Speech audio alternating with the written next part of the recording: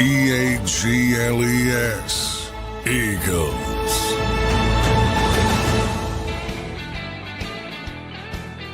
Welcome in, everybody, to a Football Friday edition of Birds 365. Another week going to be in the books after this show today as we prepare you for NFL Week 16, Eagles versus Commanders, and NFC East matchup. Johnny Mac, how you doing on this Football Friday, brother?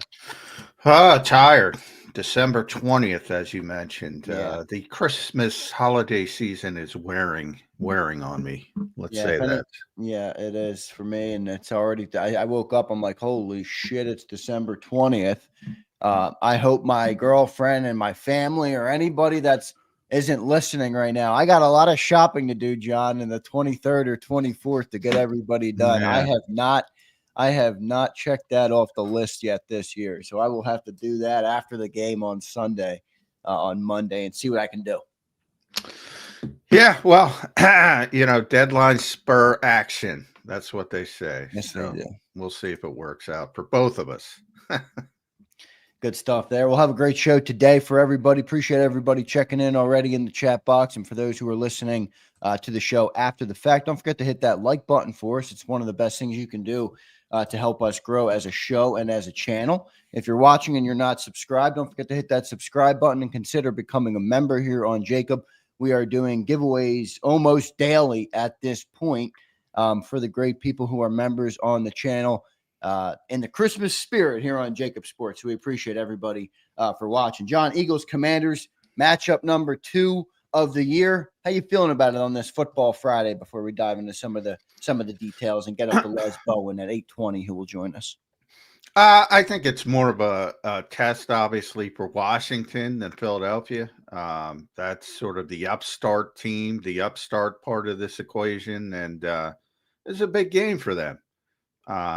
Against a sort of entrenched, big-time contender that's been there for a number of years now. And we all know what Washington went through with Daniel Snyder, now trying to turn it around and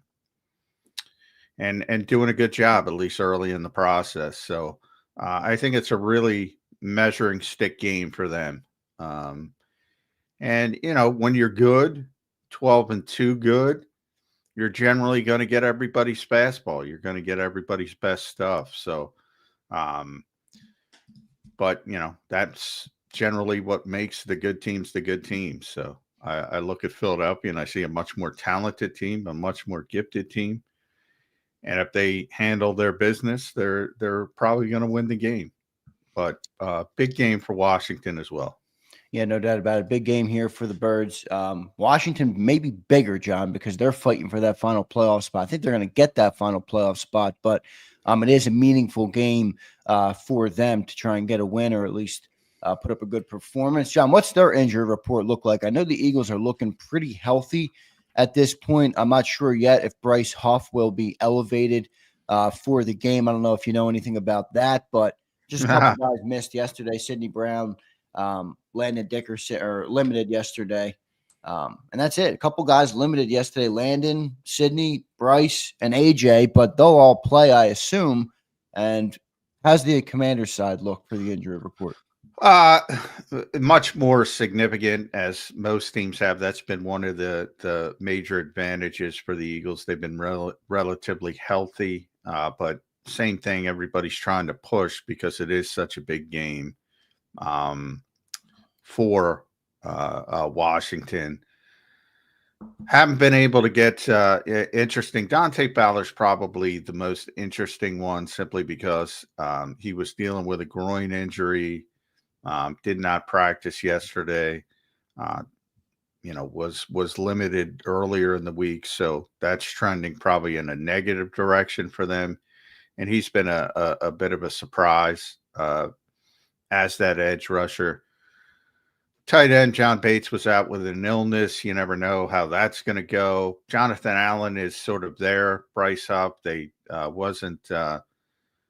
hasn't been playing. They activated his 21-day practice window. Very good player when he's healthy. Has missed most of the year with a pec injury. So they've listed him as limited.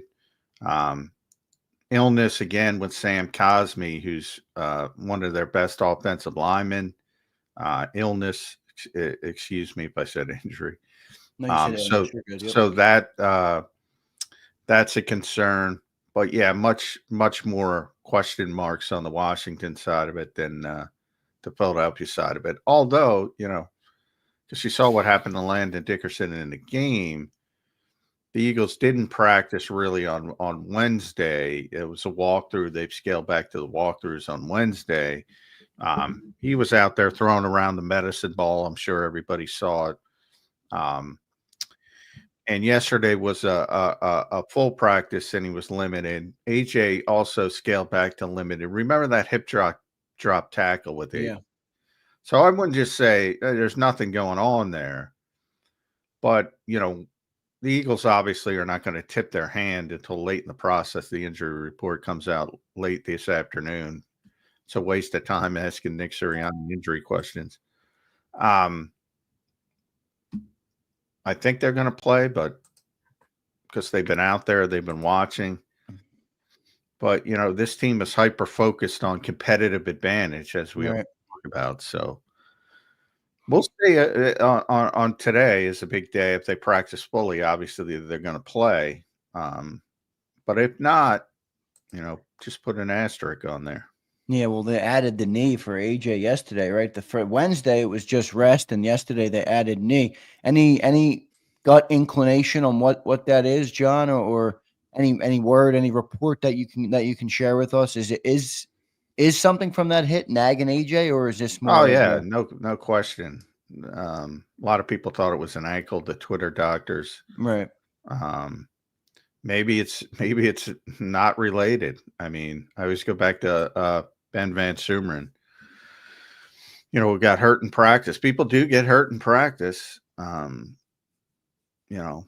happens. didn't, or didn't AJ? Didn't that happen to AJ in week one? Yeah, early in the season. A couple of years ago, Jordan Mailata got hurt in practice, missed a number of games. So it doesn't happen a lot, but it happens. But yeah, that hip drop tackle, if it is, we'll see if they get fined for it on Saturday. But if that were the play, it did look a little bit ugly, so people were concerned about that. Yeah, it did. It definitely looked pretty ugly on that play. We'll see how it all plays out. Overall, though, pretty healthy football team to be in Week 16, to be here in December 20th. The Birds are in pretty good shape. John, speaking of fines, you don't think anything will come down more serious than a fine for Jalen Carter, do you? With the slap that he had to the Steelers player, where he had the personal foul. You don't think anything will happen there, do you? I think he'll get fined, but yeah, just fine though, right? Yeah. There's no suspension or anything. I don't think so. No. You got to have a litany of offenses, and you might want to calm it down a little bit, because at some point it might turn into that. But I don't think we're at that process yet. But he'll definitely get fined for that. Yeah, we'll see. Don't get up in arms, people. He's going to get fined. I'm not going to get up in arms. I'm not talking about you. Yeah. But every time I post the fines on, and by the way, the Eagles haven't been fined for like quite a streak, 5, 6, 7 weeks, somewhere around there. Haven't had one fine. They're going to have some fines this week. Yeah, we'll see how that goes. The games get ugly, games get physical, fines start flying for the Philadelphia Eagles. John, big game though. Week 16, Birds 10 straight wins. Will they get to 11 straight wins? What's the keys to the game for this game, John, for the Eagles going into this matchup? I look back at the first time that these two teams played, and it was 10-6 Commanders going into the fourth quarter. Yeah, people forget that. We had a 20-point fourth quarter, a 20-point explosion in the fourth quarter, really led by Saquon Barkley, who ran for almost 150 yards and 2 touchdowns in that football game. Is it as simple as that, John? Get back on the Saquon's back and let him run all over this team, because they don't have a great run defense. He didn't. But that was the thing. I mean, Dan Quinn talked about it this week. I think people forget the way that game went. And it was an ugly affair. And as you mentioned, they led at the end of 3 quarters, and then the Eagles' offensive line kind of wore them down. And Dan Quinn was talking about it, and they did a really good job for 3 quarters. And he said, you gotta keep your same discipline, your same gap technique, your same gap fulfillment, your same technique from in snap 5 and snap 25. What he was saying, because they got beat by Saquon late in that game, very late. In fact, those 2 touchdowns were under 5 minutes to go, 20 seconds apart. Where they kind of fell apart. They had the Eagles had the first touchdown run, Right. a great block by, I forget which one was first, Cam Jurgens. I think it was the Cam Jurgens block one. But either or, they were 20 seconds apart, and then they got the kickoff, I think, and fumbled, and the Eagles scored right away again. So they did a pretty good job on Saquon for 55 minutes.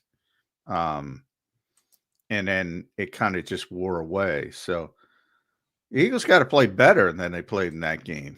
I wouldn't want to be in that position of needing 2 plays like that late in the game to put them away. So I do think a lot of people just, put it in the rearview mirror quickly and say, hey, that was a tough game. And it was a tough game.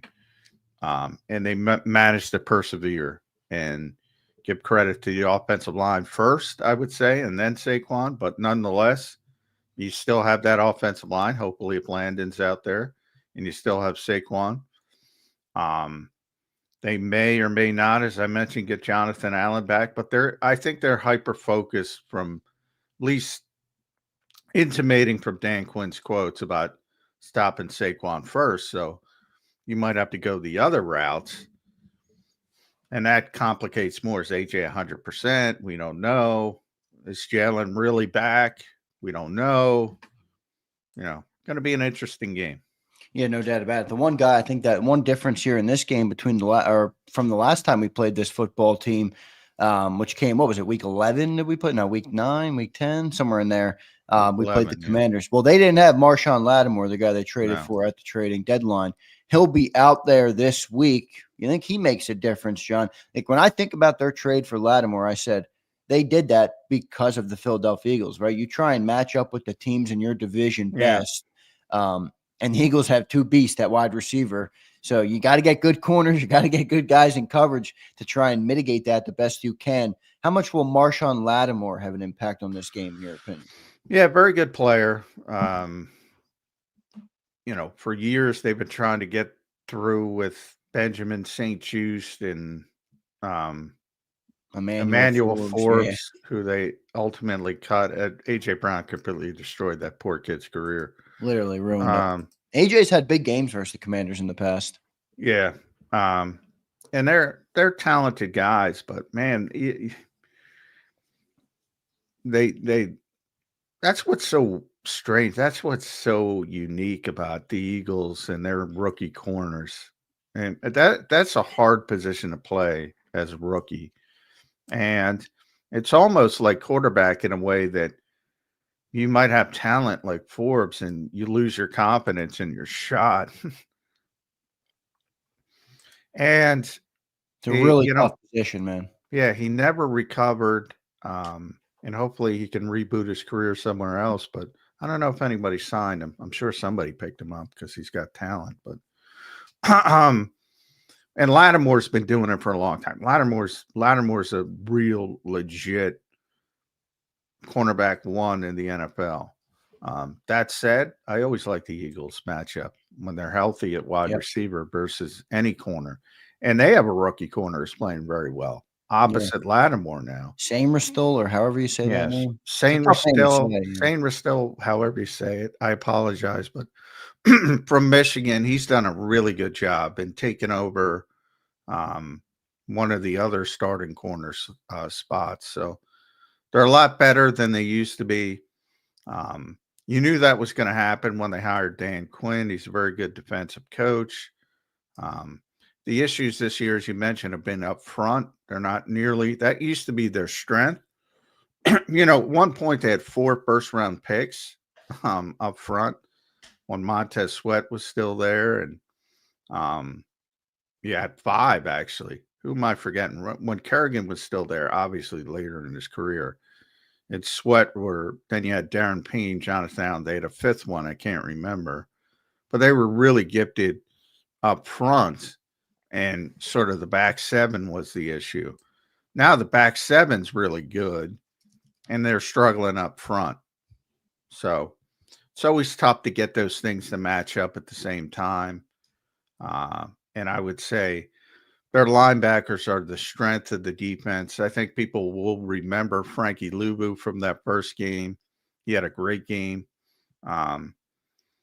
And he's their second best linebacker. Their best linebacker is going to the Hall of Fame, and that's You weren't thinking of Chase Young, were you? Chase Young, yes, thank you. So, yeah, they had 5 first-round picks.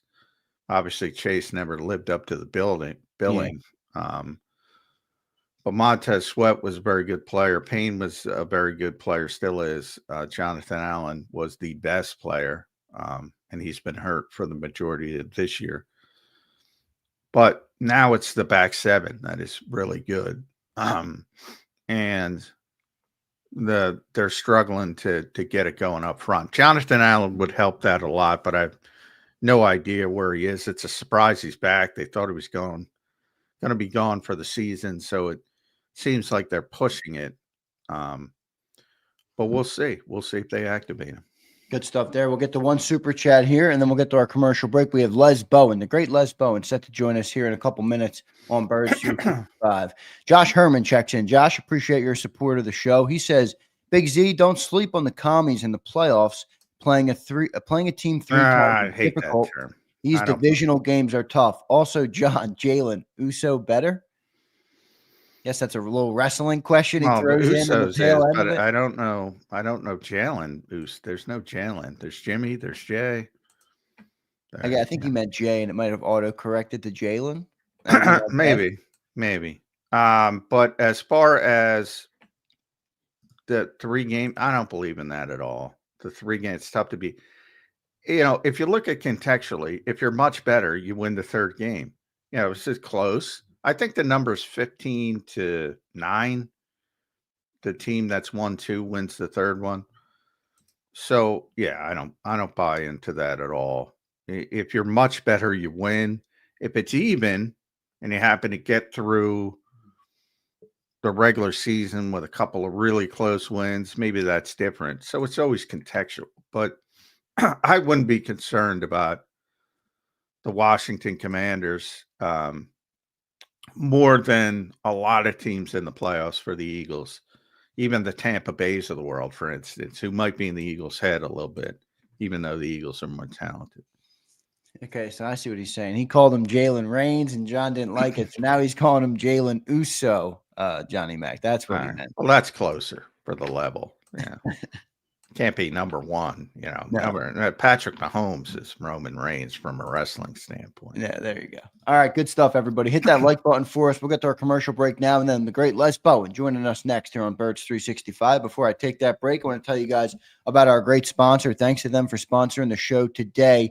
It's BetUS. Go to betus.com.pa. Use the promo code YouTube150. It gives you a 150% sign-up bonus on your very first deposit, and you get 125% on your second and third deposit, all up to $2,000. So deposit less and bet with more at BetUS. They have the fastest payouts in the industry, 24/7 customer support, and they'll even give you your own custom account manager. So go over to betus.com.pa. That's betus.com.pa, and use that promo code YouTube150. We'll be back in 3 minutes, everybody, with Les Bowen on Birds 365. Ignite your nights with free live entertainment daily, only at Live Casino and Hotel Philadelphia's Center Bar. 7 days a week, enjoy some of the region's top party bands, performers, and DJs as they take the stage in the heart of the casino action. Great cocktails, live music, and lively moments. It's all happening at Center Bar at Live Casino and Hotel Philadelphia. Visit livecasinophilly.com for more details and the complete list of upcoming events. Must be 21 or older. Gambling problem? Call 1-800-GAMBLER. handler. The following is a real testimonial from the father of a young injured victim. I didn't think she was going to make it. Major Perry's daughter was the victim of a horrific accident caused by someone else's negligence. If you don't find the right counselor, law firm that you're looking for, you will get lost in the wilderness. Badly injured? Call the Fritz and Bianculli Law Firm at 215-458-2222 and find out why they say, "We got this." In our hometown, we all look out for each other. We step up to keep our communities going strong. And at Independence Blue Cross, we're here to keep you going strong as the #1 health insurer in the region. No IBX is always looking out for you.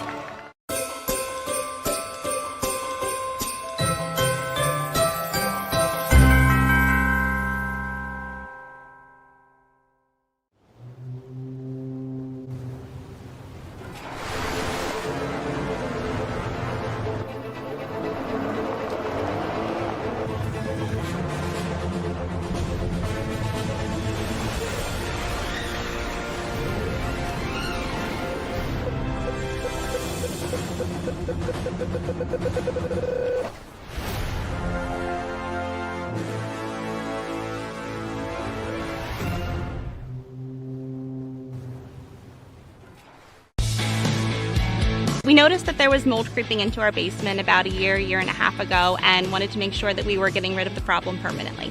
We actually reached out to several different contractors to get it resolved, and actually 2 of them recommended DryTech to us as a long-term solution. Other than the noise factor, we wouldn't even know that there was work being done on the basement level. It's really been a clean process for us.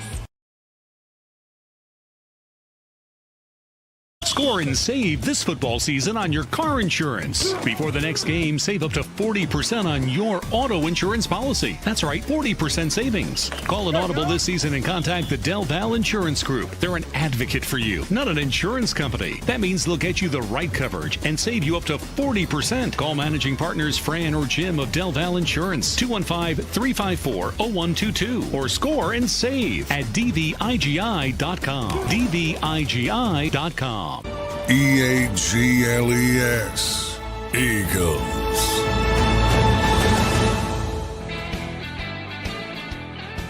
Welcome back in, everybody, to a Football Friday edition of Birds 365 here on JAKIB Sports, joined now by Les Bowen, the great Les Bowen. Les, welcome to the show, man. How you doing on this Football Friday? Doing great, fellas. What's up? Good to see you, Les. Happy holidays. I hope your holiday season is not as hectic as mine. But as we march through, Philadelphia Eagles at least are taking our minds off of that. 12-2, 10 consecutive wins. Never been done before. You've seen a lot of good teams, Les. What do you think this team rates amongst the better Eagle teams? Obviously, they have a lot of work to do, but in the moment, how are you feeling about this team? Well, I didn't cover Steve Van Buren or Chuck. You're going Ray Diddy. You're going back to – I don't go back to 49 and 50, even though I'm old. But we've seen a lot of good modern teams. Yes. And this century, I would say this is the most complete Eagles team I've seen. We don't know, what they're going to do with all that. But I would say, the combination of offense and defense here is really certainly better than what they had in 2017 when they won the Super Bowl, better than what they had in 2022 when they went to the Super Bowl, and better than all those NFC title game lost teams of the Andy Reid era. Early in that era, I think the defense was better than the offense by quite a bit, and then the defense fell off in that era. And, this is with Detroit ridiculously hindered by injury. Yeah. This is the best roster. Now, Buffalo, to say Buffalo's better, you have to rate Josh Allen,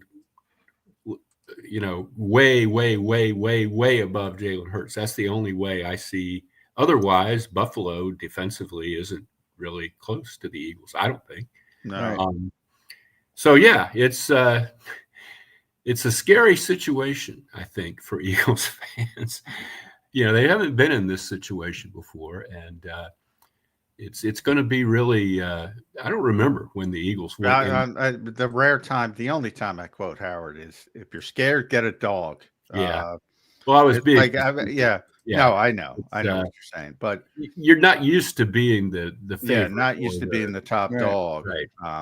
I get it. The whole mentality of the city is based on underdogs. I mean, they wore the masks back when they won the Super Bowl. So the hope. Yeah, these guys aren't underdogs. No, they're not underdogs. No, they can't even try and lie and tell themselves. Yeah, you can't even use that card. The defense, though. I mean, Les, we've been around long enough that normally when you have a coaching hire, big time coaching hire, when you have a big time player coming in, it's never quite as good as the hype is. Yeah. And I can't tell you how impressed I am with Big Fangio. It's so much better. Everybody, this is the guy defensively. And I'm like, all right, well I'm sure it'll be better. He's better. He's way better. I wasn't skeptical. I thought he would make things more logical and less chaotic than they were last year. But I was hung up on that. There was a stat about Vic Fangio defenses last season and how poorly they had done. That the system, not him personally.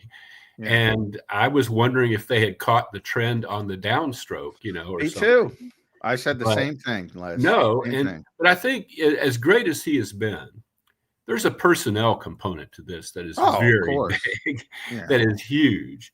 I mean, and he probably helped with. Certainly, he was the guy that figured out Zach Bond, which is the key to the whole thing, I think. But Cooper DeJean, Mitchell, the development of Jalen Carter. And even of Nolan Smith in the second half of the season, these are things that weren't, I mean, Sean Desai can just look at that and think, well, if I'd had all that, maybe I could have done a lot better. Yeah, I'm sure. It's always players first. I always say you can't win. The best coach can't win if he doesn't have players. But at the same time, we know how hard it is for young cornerbacks to play in this league. And to hit the ground running. And you mentioned even younger players, Jalen Carter, Nolan Smith developing. Zach Bond really never even played that position before. Yes. With those guys on tape, that's what's impressed me the most. Because his defense, and one of my criticisms, Les, was it's too complicated. You see blown coverages all over the place because they play so many different zone coverages, and guys drop receivers when they shouldn't, or guys don't pick up receivers when they should. And you see these wide open guys running, not a lot, but you saw it in the Super Bowl, most notably with Jonathan Gannon, guys blowing coverages at the biggest moment. You haven't seen that here. So just the teaching of it is what has impressed me the most with younger players. And I don't know if you could put a tangible rating on that, but it's been amazing to watch. It really has. It has. And the position coaches, I think the players mention them a lot. And I think he did well there. I think he hired, guys who are teachers. And that's what a position coach is a teacher. You have enough people to rah and fire up and all that stuff. A position coach is the guy who tells you how to do it, who gives you the, put your foot here and, lean this way.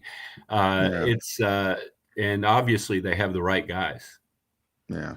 Les, I want to ask you something with the benefit of hindsight now. We haven't talked to you in a couple of weeks, and I think it's good to get your perspective on this, but last week was maybe the most convincing or the most impressive win of the Eagles season, at least in my opinion it was. But it came off a big, a lot of drama in Eagle land with passing and all sorts of things. I think Nick Sirianni and the team have done a good job at quieting that fire and kind of continuing to go. How do you see how all of that played out and then how it kind of unfolded into the Steelers game? They corrected the passing game. Just your perspective now on what unfolded with drama-wise and how the Eagles have responded to that stuff.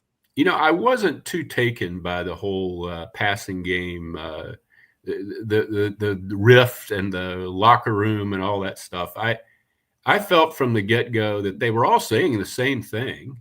Hurts said it, Sirianni said it, and then it became a big deal because A.J. Brown said it. It was unbelievable last night.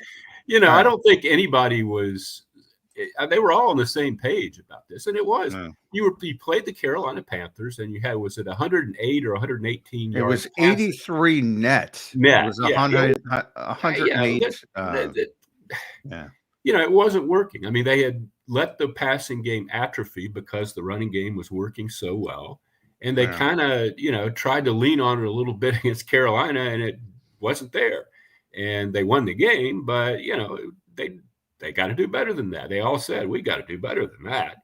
And Jalen Hurts had to do better than that. And I think he understood that very, very well, So, and then you played a team in Pittsburgh that I think went into the game 4th against the run and 17th against the pass. So they threw the ball and it worked. And A.J. Brown was, I think the one benefit of that week was that A.J. Brown came out, ready to chew nails. He was really into it, and he got going, and it was all downhill from there. It was reassuring because we really haven't seen that kind of performance, that kind of yardage and so forth, passing yardage from Jalen Hurts in a long time, because they haven't needed it, but it's good to know that it's there.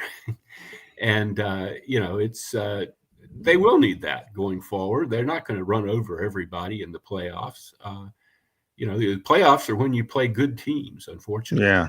And I like your word of I like your description of atrophy, because this thing was dying on the mind, this passing game, to the point I was sitting there go, all right, this is ridiculous. 83 yards with A.J. Brown and DeMonte Smith and Jalen Hurts and everybody else. That's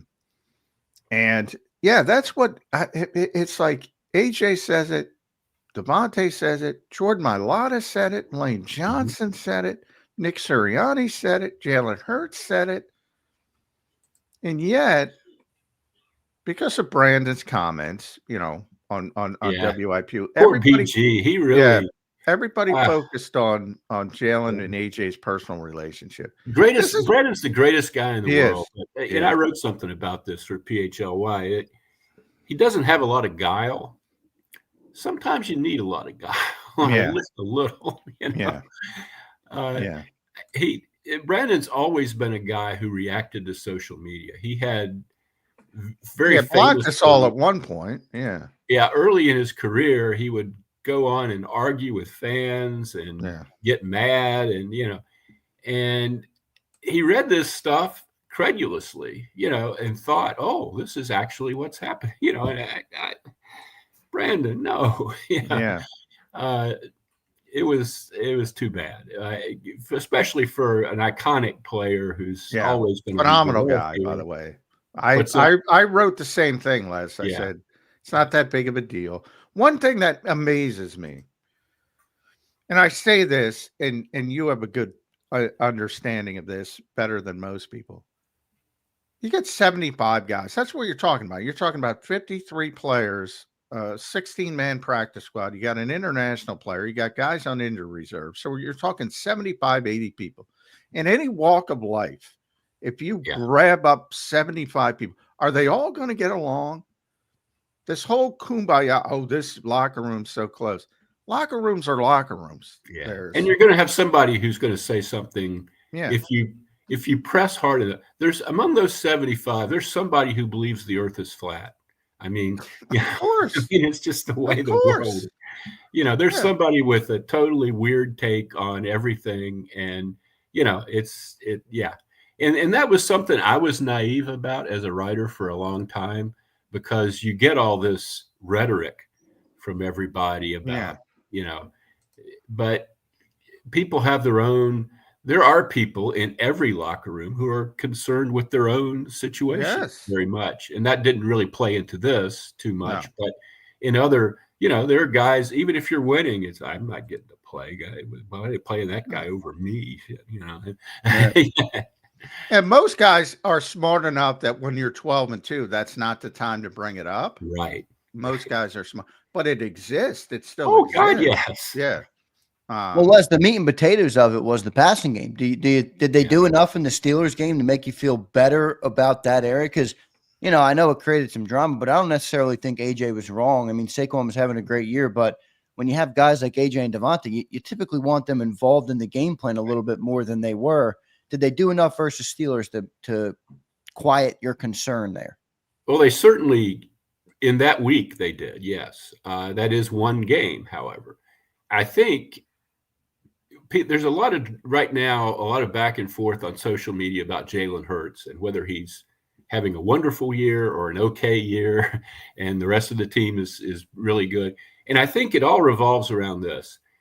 With the weapons and the offensive line that the Eagles have, this team should easily score 30 points a game, and the fact that they don't, I mean, some of it is the fourth quarters and bleeding the clock. And, they could have scored another touchdown against the Steelers. They chose not to just run out the clock. There's a lot of that. But you're often left with a feeling that, they could have scored more points. They won the game, but with all this they've got, I mean, they ought to be unstoppable. There's nobody, now that San Francisco is kind of crumbled with, their core is all beat up. There's nobody with those weapons. Detroit doesn't have those weapons, and lying, and it's you want to see, you want to see things work smoothly, and I think you saw some of that Sunday, but I think you need to see more of it, frankly. I do. Where do you think Kellen Moore fits into that? Because here's my thing about Kellen Moore. We talked about Big. Well, he's a former high-level quarterback in college, really set college records. Yeah. I mean, he was a big-time quarterback at Boise State, but obviously didn't have the size, but stuck around as a backup. So he's a high-level quarterback. And to me, like, he should know, you got to get a quarterback in a rhythm. One of my pet peeves has been, everybody's pet peeves has been those slow starts. And they finally got it right against Pittsburgh. And they used a lot of empty sets and tempo to try to get the quarterback in a rhythm. Jalen even used that word after the game. He got in a rhythm. Like, why did it take Kellen Moore so long, of all people, to say, I got to get the quarterback in a rhythm? That's one I'm still scratching my head over. Me too. I have said for a long time, and everybody, I mean, I'm not especially astute on this. A number of people said it. Throw a half dozen slants to A.J. Brown a game. I mean, how many of those are you not going to complete? It must be somewhat Jalen Hurts' preference to throw all those long balls down the sideline. Well, I think that's not a way to get into rhythm. No, certainly not. Yeah. I would love to see them, even last week, use the tight end more. They had one really nice 22-yard completion to Grant Calcaterra early and never went back to him again. I just think there are things they could do to make the offense unstoppable. And I hope they're sort of lurching in that direction now that we're late in the season and it's getting to be time to be ready. As a follow-up to that, when in the offseason, we all talked about, okay, Kellen Moore is here to evolve this offense. We're going to use motion. We're going to use he's going to scheme guys open. And as we get into the season, it looks like the same damn offense that was here with Nick Sirianni, with Shane Steichen, with Brian Johnson. And that tells me, all right, they're building it around the quarterback. That's what good coaches do. They take advantage of what the quarterback does well. Is that kind of how you see it? Because this is not how Kellen Moore typically, and early when they were 2-2, I can't say losing games because they've only lost 2 games. but everyone said Nick has taken over the offense. I'm sure you heard it. Nick has taken over Nick is screwing everything up. Now they won 10 straight. That's receded, but it looks like the same offense. There are some things they are using motion more, and they're under center every now and then, and they're using 11 personnel, maybe a little more. Maybe because Goddard's hurt. I don't know. I'm not a real good judge of that. Moore's never had Saquon Barkley before. I mean, he's had good running backs, but the year Saquon's having this year, it's very few offensive coordinators have ever had anything like that before. And I think that has colored things to some extent. But I would like to see him really, like you said, develop rhythm and continuity on the offense a little more. And, the starts are still a problem. Even last week, I thought they were going to score a touchdown. Yeah. They didn't. They kicked the field goal. Well, they did have 10 points with 2 turnovers. I'm like, ironically, if your best first corner when you turn the ball over twice. Back-to-back plays. Yeah, that's the sort of thing that even in a wonderful win, you think you can't do that in the playoffs. No. Yeah, you definitely can't do that in the playoffs. Well, listen, how do you evaluate Jalen Hurts here where we are? I mean, I think obviously the team's winning a lot of football games. You don't go 12-2 with shoddy play at quarterback, but it definitely looks a little different this year. You brought up Saquon Barkley, obviously a big reason for that. How do you evaluate where the quarterback is right now through 15 weeks? I think it's hard to evaluate him. I think he's really good in the fourth quarter, which is pretty darn important. There are moments in the first halves of games where even in a good game, where you're just like, oh my God, what, he's running around back there and he's throwing the ball away and he's taking sacks, and it's frustrating. I mean, you watched Justin Herbert last night. Oh boy, man. Did you see that one throw? Yes. Yes. That was one of the most amazing things I've ever seen in my life. I'm like, I think he was going to throw it away, and then he sort of saw a guy in corner of his eye, and it's like unbelievable arm talent. The thing that you wrestle with is, I mean, Jalen Hurts wasn't drafted where a guy like that was drafted. Yeah, I mean, he's not. I don't think Jalen's ever going to be like a top 3 type quarterback. He might be a top 5. But they're going to have to win with a guy who's not, the best quarterback. I think I always describe it as he's a unique player in that, like, he creates such stress on the defense by his ability to do both. And you mentioned the fourth quarters. I've never seen another quarterback, and I hope people listen to this because I get a lot of for criticizing Jalen Hurts at times, but I've never seen a quarterback who's so relentless in that, Les, when you're watching a game and a quarterback doesn't have it, I compare it to a starting pitcher. They're like, all right, this guy doesn't have it today. He can play poorly, and still make big plays in the fourth quarter and beat you. He's an amazing competitor. Yeah. I mean, I respect that part of the game immensely. Yeah. And I think you can win a Super Bowl with him. But I've probably made this comparison before on your show. I make it all the time. But he reminds me a little bit, not stylistically, but in where he ranks, in Ben Roethlisberger. Roethlisberger won 2 Super Bowls. The first one was the worst game I've ever seen. Worst Super Bowl. Super Bowl would win. Yeah. But he won 2 Super Bowls. Yeah. At what point in his career was he ever one of the top 3 quarterbacks with Peyton Manning, Tom Brady, Aaron Rodgers? Yeah, never. Yeah. No, he wasn't. But they still won Super Bowls. He was good, and maybe even Hall of Fame good. I don't know. But he wasn't the best, and I think that's where we are with Jalen Hurts. People see, really incredible passing, intuitive.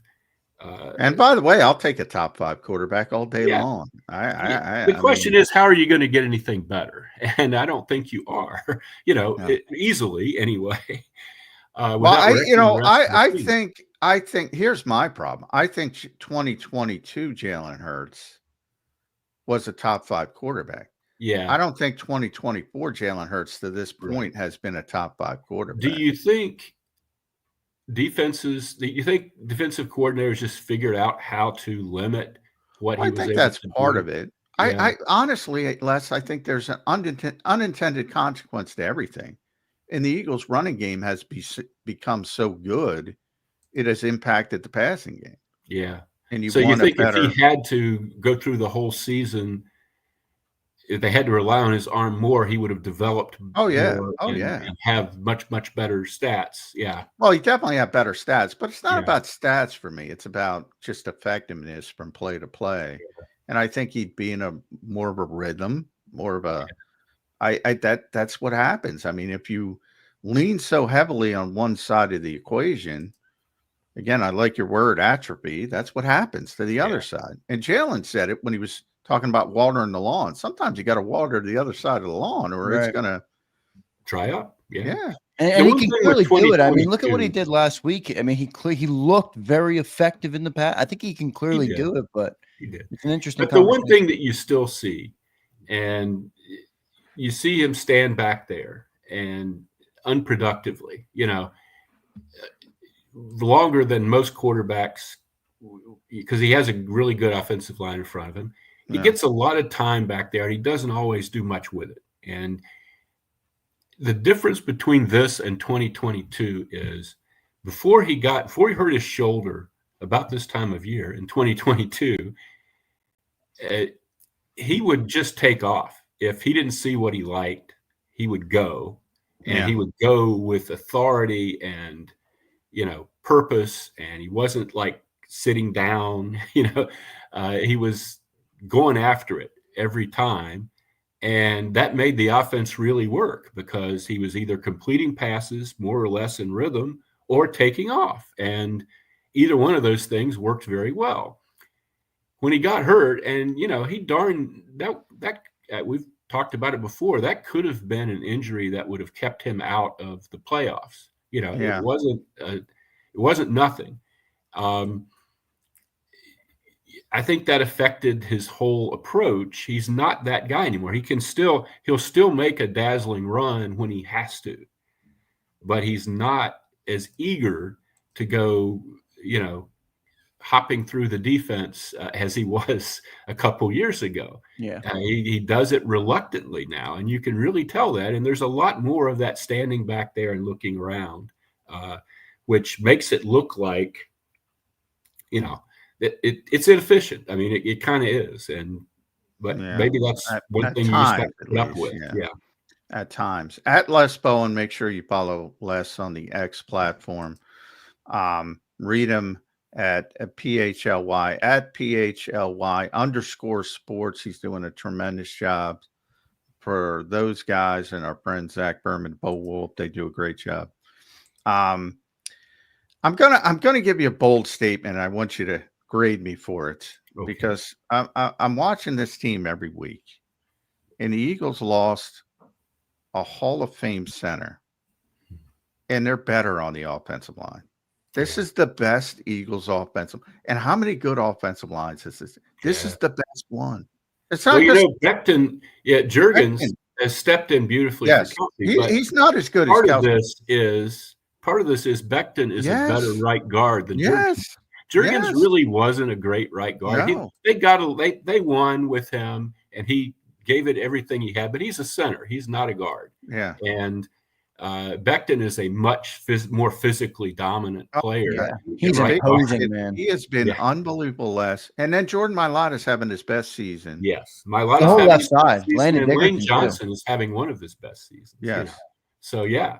So it's not about Kelsey, but they've somehow, it's so strange. They've gotten better. I don't think they're quite as good at center. No, they're not. Center, Cam's not as good as, I want to make that clear. Cam's not as center good. is not the most crucial position on the offensive line. As great as Kelsey was at it, it's not, left tackle is probably the tackles are the key guys. And the center, if he can get out and do it, Cam does some of the same things that Jason did. He can get out in front. And we're talking about that block in the first Washington game where Yeah. Cam looked exactly like he got those two big blocks on the one, two for one. On the brotherly shove, he's not as good.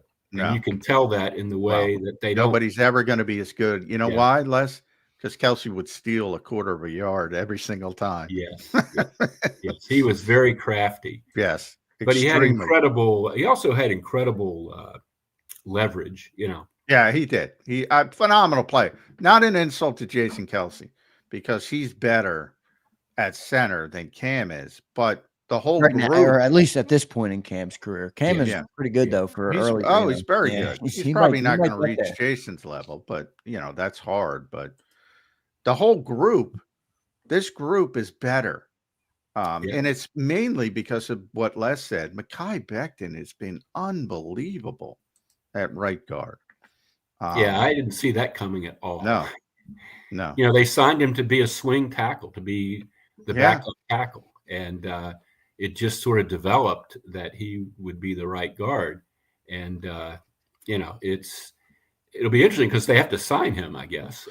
I've got it. That's an interesting one for Howie because you would think people would want to turn him back into a tackle and pay him tackle money. And if that's the case, how do you keep him? I don't know. I mean, I don't know if that's what I would do. I mean, how does Becton feel about this?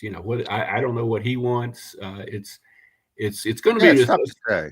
I mean, we're a long way from talking about the offseason, but it's going to be a fascinating offseason with that and Zach Bond and some other guys on defense. Yep. I think Milton Williams is bet on himself and won. Definitely. It's going to be, but a lot of ways to go. I tell fans, enjoy the ride before you get to enjoy the ride. And, you're not guaranteed that you're going to be in this spot this time next year. Yeah. I mean, there's a lot of things can happen in the offseason, a lot of things. Detroit, you could have one of those years where everybody gets hurt. We've seen those. We've seen those in film. I mean, with all due respect to the Eagles, if Detroit is healthy, I'm picking Detroit, but they're not healthy. And that's not going to be close to healthy. All the stars have to align to win a Super Bowl. A lot of people don't realize that. So, you can't take for granted that because you're talented, you're going to be in the same spot. And you got to take advantage of these situations. We'll see if they do it. Les, I got one question left for you, man. A lot of people in Eagle land, Eagle fans are all feeling pretty good about this team right now. And I think it's fair to do that. You don't always win at this clip.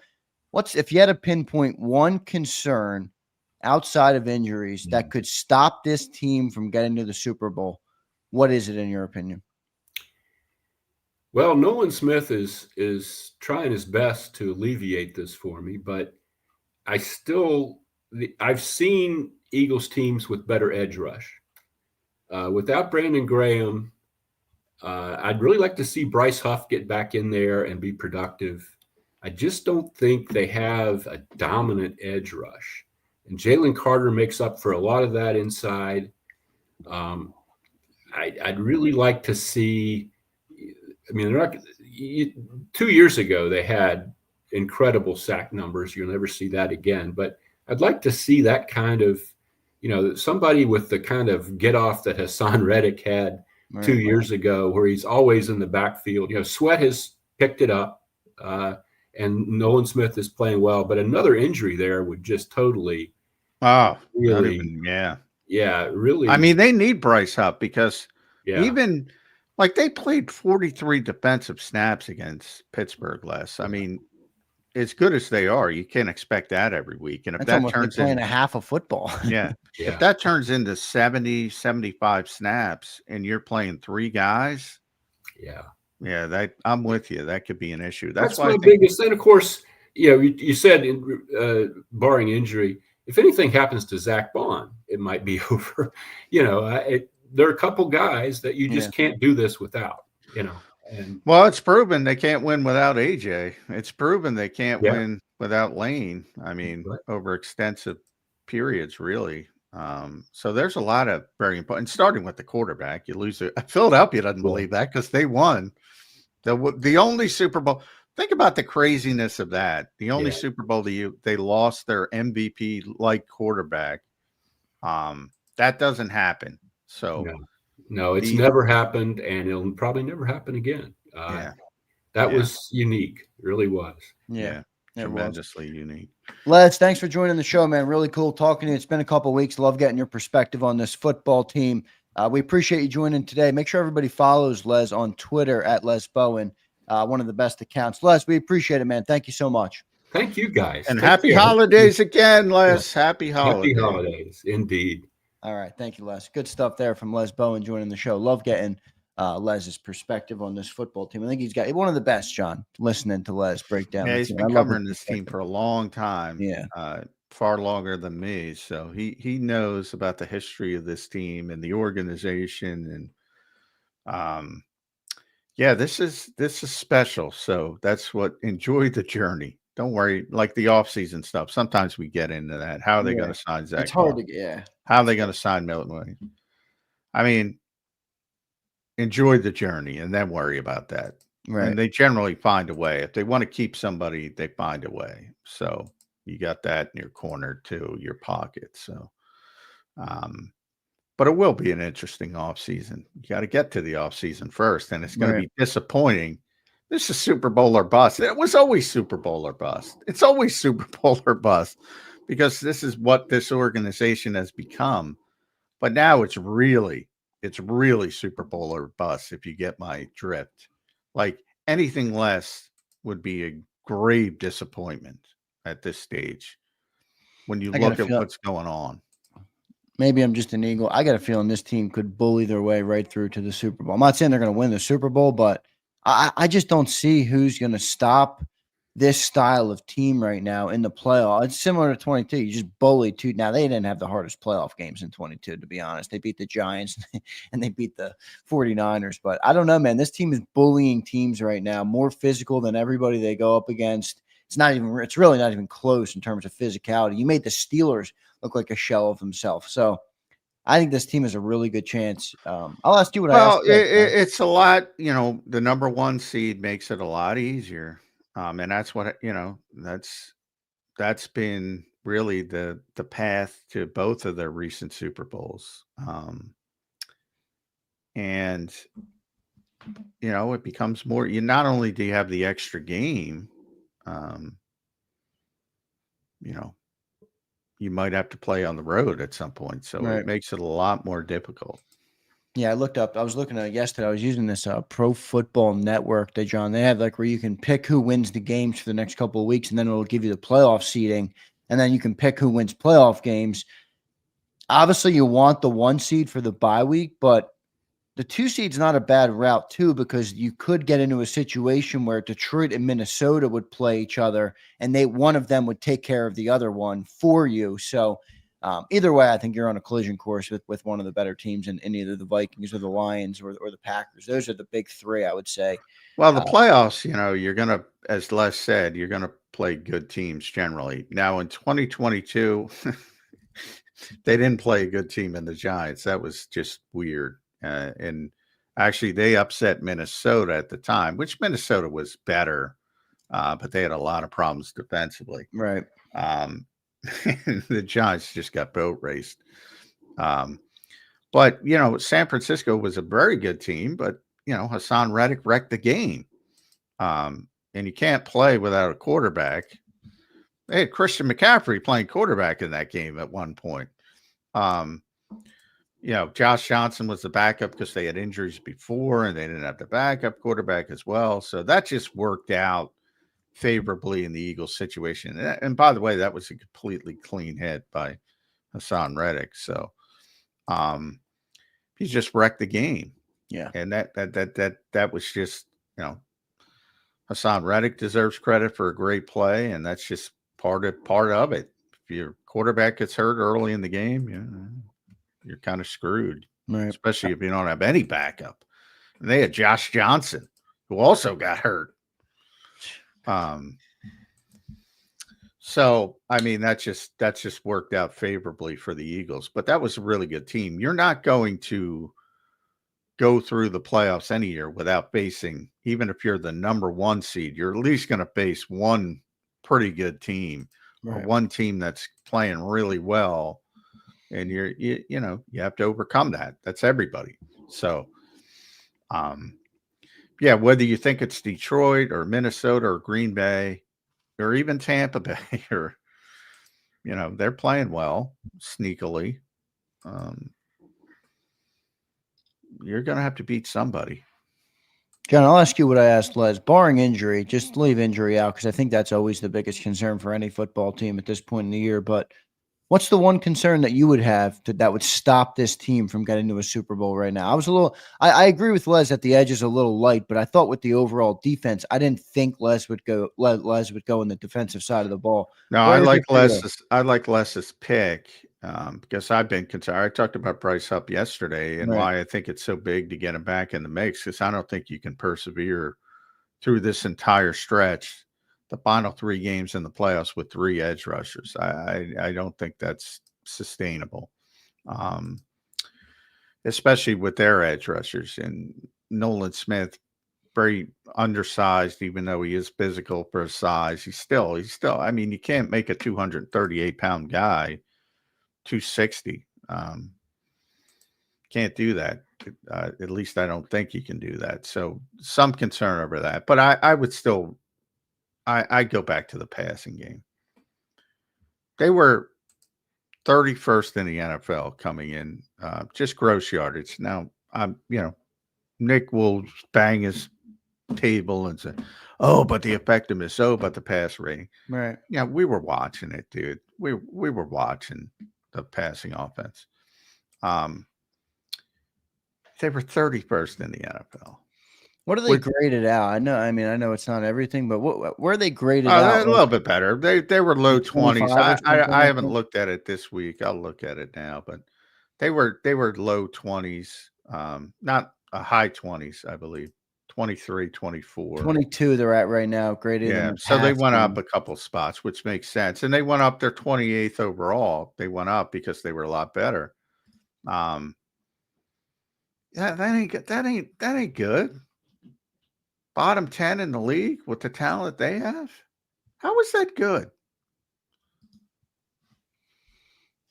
I don't know why everyone is bending over backwards. Oh, it's fine. No, it's not fine. Well, I think fine against Pittsburgh. Yeah, I think the Pittsburgh game went a long way for me. Maybe it went too far. That's fine if you're. I'm talking about the people who said it wasn't an issue before the Pittsburgh game.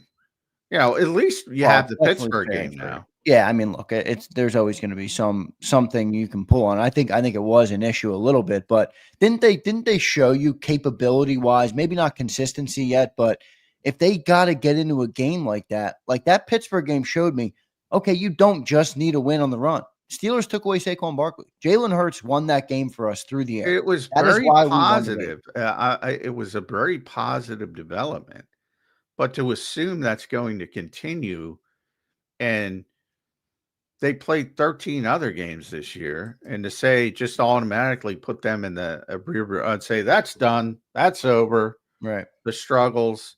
Yeah, I don't get that. Mike, our buddy Mike Gill says it all the time. You have these people say that phrase, well, they did it against Pittsburgh, so it's fine. And the same conversation will say it's a week-to-week league. Which one is it? Just because you play well one week doesn't mean you're going to play well in perpetuity. Yeah, no, I know. Like I said, it showed capability, which I think was lacking a little bit early because you got so dominant in the run that you didn't even need a pass or you didn't even try to pass. But it didn't show consistency. I don't think you're wrong on that. Yeah, so that to me is still the biggest concern. And again, if you go up against certain teams, Detroit, Minnesota, Green Bay, Buffalo, I think would be the most notable teams, and they got it going in the passing game, and they're clicking. Yeah, I'm not sure I'd want to see that shootout game. I don't think that would be favorable. I don't think the Eagles would have the too much Eagles. of an issue with that. I think the Eagles could do it, but I don't think they want to do it. Let's put it that way. I don't think they want to do it. That's fair. That defense, I mean, that's basically all that game is at this point with the defense the Detroit defense is literally depleted everywhere, basically. Now, they're going to get a couple guys back, but they lost a lot of players on that defense. So you're right. It's going to be an offense versus offense shootout, and I think the Eagles defense would give you the difference there. Let's go to the super chat here. Jay, sorry I missed this, man. It came in right when we went to the break, so I didn't get it up. Sorry, Jay, but we appreciate you checking in, brother. We appreciate your support. He says, what are your thoughts on the report of Dolphins releasing Calais Campbell? If they get him back from the playoffs, is he a possible pickup? I don't think so. I mean, you never know with Howie. He can still play, but you need an edge rusher. Calais is more of a, 5 technique guy. They need a wide 9 guy. And they're fine on the interior. They're freaking fine with Jordan Davis and Jalen Carter, and Milton Williams is having a great year. And Moro Jomo stepped up. Is Calais Campbell better than Moro Jomo? Sure. But I mean, what are we talking about? They need an edge rusher. Can Calais play edge? I thought somebody told me, I was saying this yesterday, and somebody told me, he'll play edge. Well, he can line up you can line up right. You can line people up anywhere. It's how good they are there, how effective they'll be. That's not his. He's a 5 tech. To use the band terminology of 3-4, nobody plays a 3-4, but if they played a 3-4, he's a 5 technique. So he's a defensive end. That's where the labeling screws people up.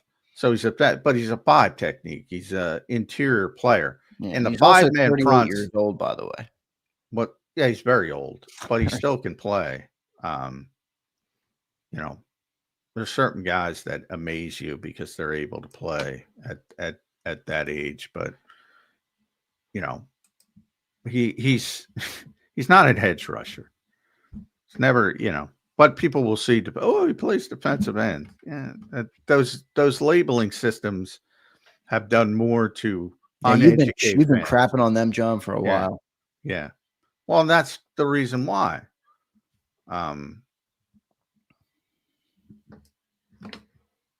Yeah.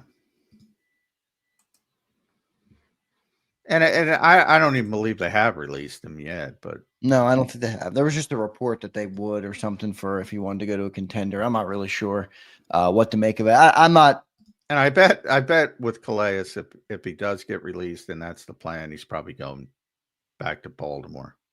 Yeah, I'm with Niall, who says we don't need to mess with chemistry right now. I don't think it's the needed the guy you need right now. Like I thought 22 was the right move with Sue and Linval Joseph, to help stop the run. I thought that was the right move. I don't know if Calais is the right move. 38, I don't see it. No, I would. Like I said, they're fine. You just got to get Bryce Huff back in the mix.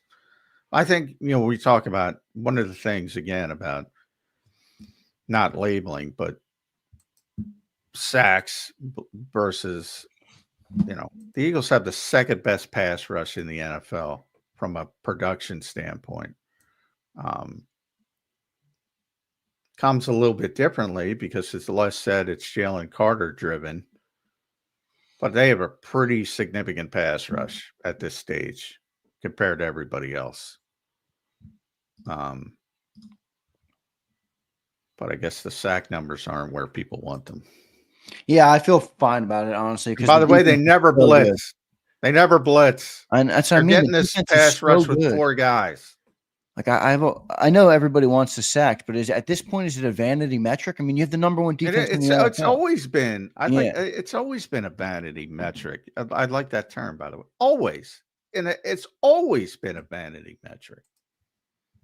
To the days back of Jason Babin, which old Eagles writer would tell, he got 19 sacks. Yeah, that's all he's doing. He's not even playing in the structure of the defense. Yeah. Remember, we had 70 sacks the year we went to the Super Bowl, and then I think we had a nothing burger in the Super Bowl. It's always been a vanity metric, and Jonathan Gannon, I've spoken to a lot, even to his credit during that season, would say, "Yeah, I don't give a shit about sacks. You know, are we creating, you know, good opportunities for the defense? Sack is never bad, but it's so overrated. Are we getting the quarterback off platform? Are we speeding him up? I forget who was doing." What game I was watching, couldn't have been the Eagles game because I was watching it on TV. But Aikman was talking about, yeah, I don't care who you were. Tom Brady, you're not sacking Tom Brady. Quarterback can control that. And by that, I mean, and then people go, Tom Brady got sacked. This Brandon Graham got. I'm talking about in general. If you go into a game against Tom Brady, you knew you weren't getting a bunch of sacks. Right. He's getting rid of that rock. Yeah. And Troy said, in a lot of ways, sacks are a quarterback stat because you can control it to a certain degree. You have any concern with Jalen's sack taking? I mean, he's up to 38 this year. Yeah, I mean, dual threat guys always have the most sacks. So, you know, Lamar always takes a lot of sacks. That's just part of it. So, no, not really, other than in each individual play. Obviously, there are many times where Jalen holds the football too much. And, you know, so it's a fine line, but I mean, he's always going to be a guy who takes a lot of sacks. Was this part of the argument you used to have with Jody where he said pressures weren't important? Yeah. And I always point to Chris Long in the NFC Championship game. Yeah. I mean, it's so obvious that Chris Long's a pass rusher, and he'll a good one. Yeah, Super Bowl winning one. He'll tell you flat out it's an overrated stat. It's like you can walk into 10 sacks on a good team. You know, was Jalen Carter creating them for you? You know, was the guy walking into you? So you got to look at each and every sack to say, all right, what happened here? Yeah, it's a vanity metric. I like your term, Zander. There you go. Feel free to use it, Johnny Mac. Look at Keith. Keith checks in. What's up, Keith? He says, went to my first Eagles game Sunday, and now I'm addicted. Best fan base in the world. Well, Keith, you're in the right spot, my friend. JAKIB Sports will give you content day in and day out about the Philadelphia Eagles all through the offseason, my friend. So we appreciate you for being here, Keith. That's pretty cool of you to comment that. John, we'll get to a commercial break here. Appreciate our 3 super chats that we got from Herman and Jay Perfect. That's cool of you guys. Appreciate the support. As always, don't forget to hit that like button. We're up to 99 likes. Can we get to 200 likes today? It's a football Friday. We're going for our 11th straight win. We'll dive into this Eagles game. You should do a giveaway for likes. I'm doing a giveaway today. Right. See, the people yesterday coerced me, John. I was coerced yesterday on our giveaway. And they coerce you for another. Well, we should have lobbied for more 200 likes, and then you'll give it away. That's a good idea, actually. Good at 200 likes. Maybe if what I've recently been doing is if we add 5 members or 8 members, I think it was yesterday. How many members can we add? A couple members today? If you want to become a member on JAKIB, that would be much appreciated, and the support goes a long way. But hit that like button for us, guys. It's one of the best things you can do to help us grow. And yes, there will be a little Zander clause today. The only caveat with Zander clause today is I got to move, so it's not going to be as drawn out. John, I like to draw it out for the people. I like to milk it, and they all get mad at me. They're like, come on, give it away. And I draw it out. I milk it, Johnny Mac. But today I got to be a little quick with it. So I'll do that after the show. 200 likes. Can we do it? I like that from Johnny Mac. Can we get the 200 likes? Hit that like button for us. We'll get to a commercial break. I got a good question about Saquon Barkley for John coming up next, and we'll have an opened up hour number 2. So we'll take some of your comments, some of your questions. Anybody that super chats a question in, I will read that to John. So we'll do that in hour number 2, and then we'll put the final touches on this game before we get there on Sunday. It should be a good game on Sunday with a big one, and Commanders will be looking to win, obviously, with their playoff picture. So we'll talk about all that in hour number 2. Before I get to our break, I want to tell you guys about the great people at BetUS. Big thanks to them for sponsoring the 2-hour show today. Go to betus.com.pa and use that promo code you see on your screen right now. It's YouTube 150. It gives you 150% sign-up bonus on your very first deposit. and then you get 125% on your second and third deposit, all up to $2,000. So deposit less and bet with more at betus.com.pa. That's betus.com.pa. They have the fastest payouts in the business, 24/7 customer support, and they'll even give you your own custom account manager. So big thanks to them for sponsoring Birds 365.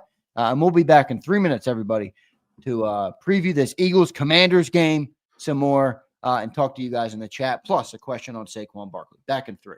Ignite your nights with free live entertainment daily, only at Live Casino and Hotel Philadelphia's Center Bar. 7 days a week, enjoy some of the region's top party bands, performers, and DJs as they take the stage in the heart of the casino action. Great cocktails, live music, and lively moments. It's all happening at Center Bar at Live Casino and Hotel Philadelphia. Visit livecasinophilly.com for more details and the complete list of upcoming events. Must be 21 or older. Gambling problem? Call 1-800-GAMBLER. The following is a real testimonial from the father of a young injured victim. I didn't think she was going to make it. Major Perry's daughter was the victim of a horrific accident caused by someone else's negligence. If you don't find the right counselor, law firm that you're looking for, you will get lost in the wilderness. Badly injured? Call the Fritz and Bianculli Law Firm at 215-458-2222 and find out why they say, "We got this." In our hometown, we all look out for each other. We step up to keep our communities going strong. And at Independence Blue Cross, we're here to keep you going strong as the #1 health insurer in the region. No IBX is always looking out for you.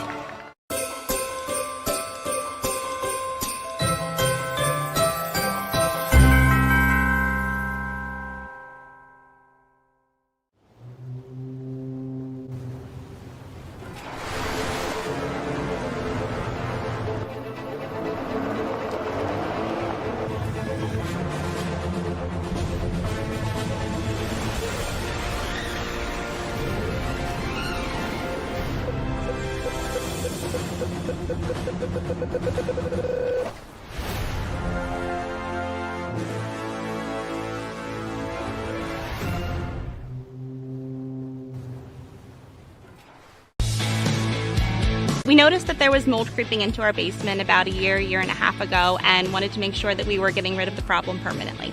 We actually reached out to several different contractors to get it resolved, and actually 2 of them recommended DryTech to us as a long-term solution. Other than the noise factor, we wouldn't even know that there was work being done on the basement level. It's really been a clean process for us. Score and save this football season on your car insurance. Before the next game, save up to 40% on your auto insurance policy. That's right, 40% savings. Call an audible this season and contact the Del Val Insurance Group. They're an advocate for you, not an insurance company. That means they'll get you the right coverage and save you up to 40%. Call managing partners Fran or Jim of Del Val Insurance, 215-354-0122, or score and save at dvigi.com. dvigi.com. EAGLES, Eagles.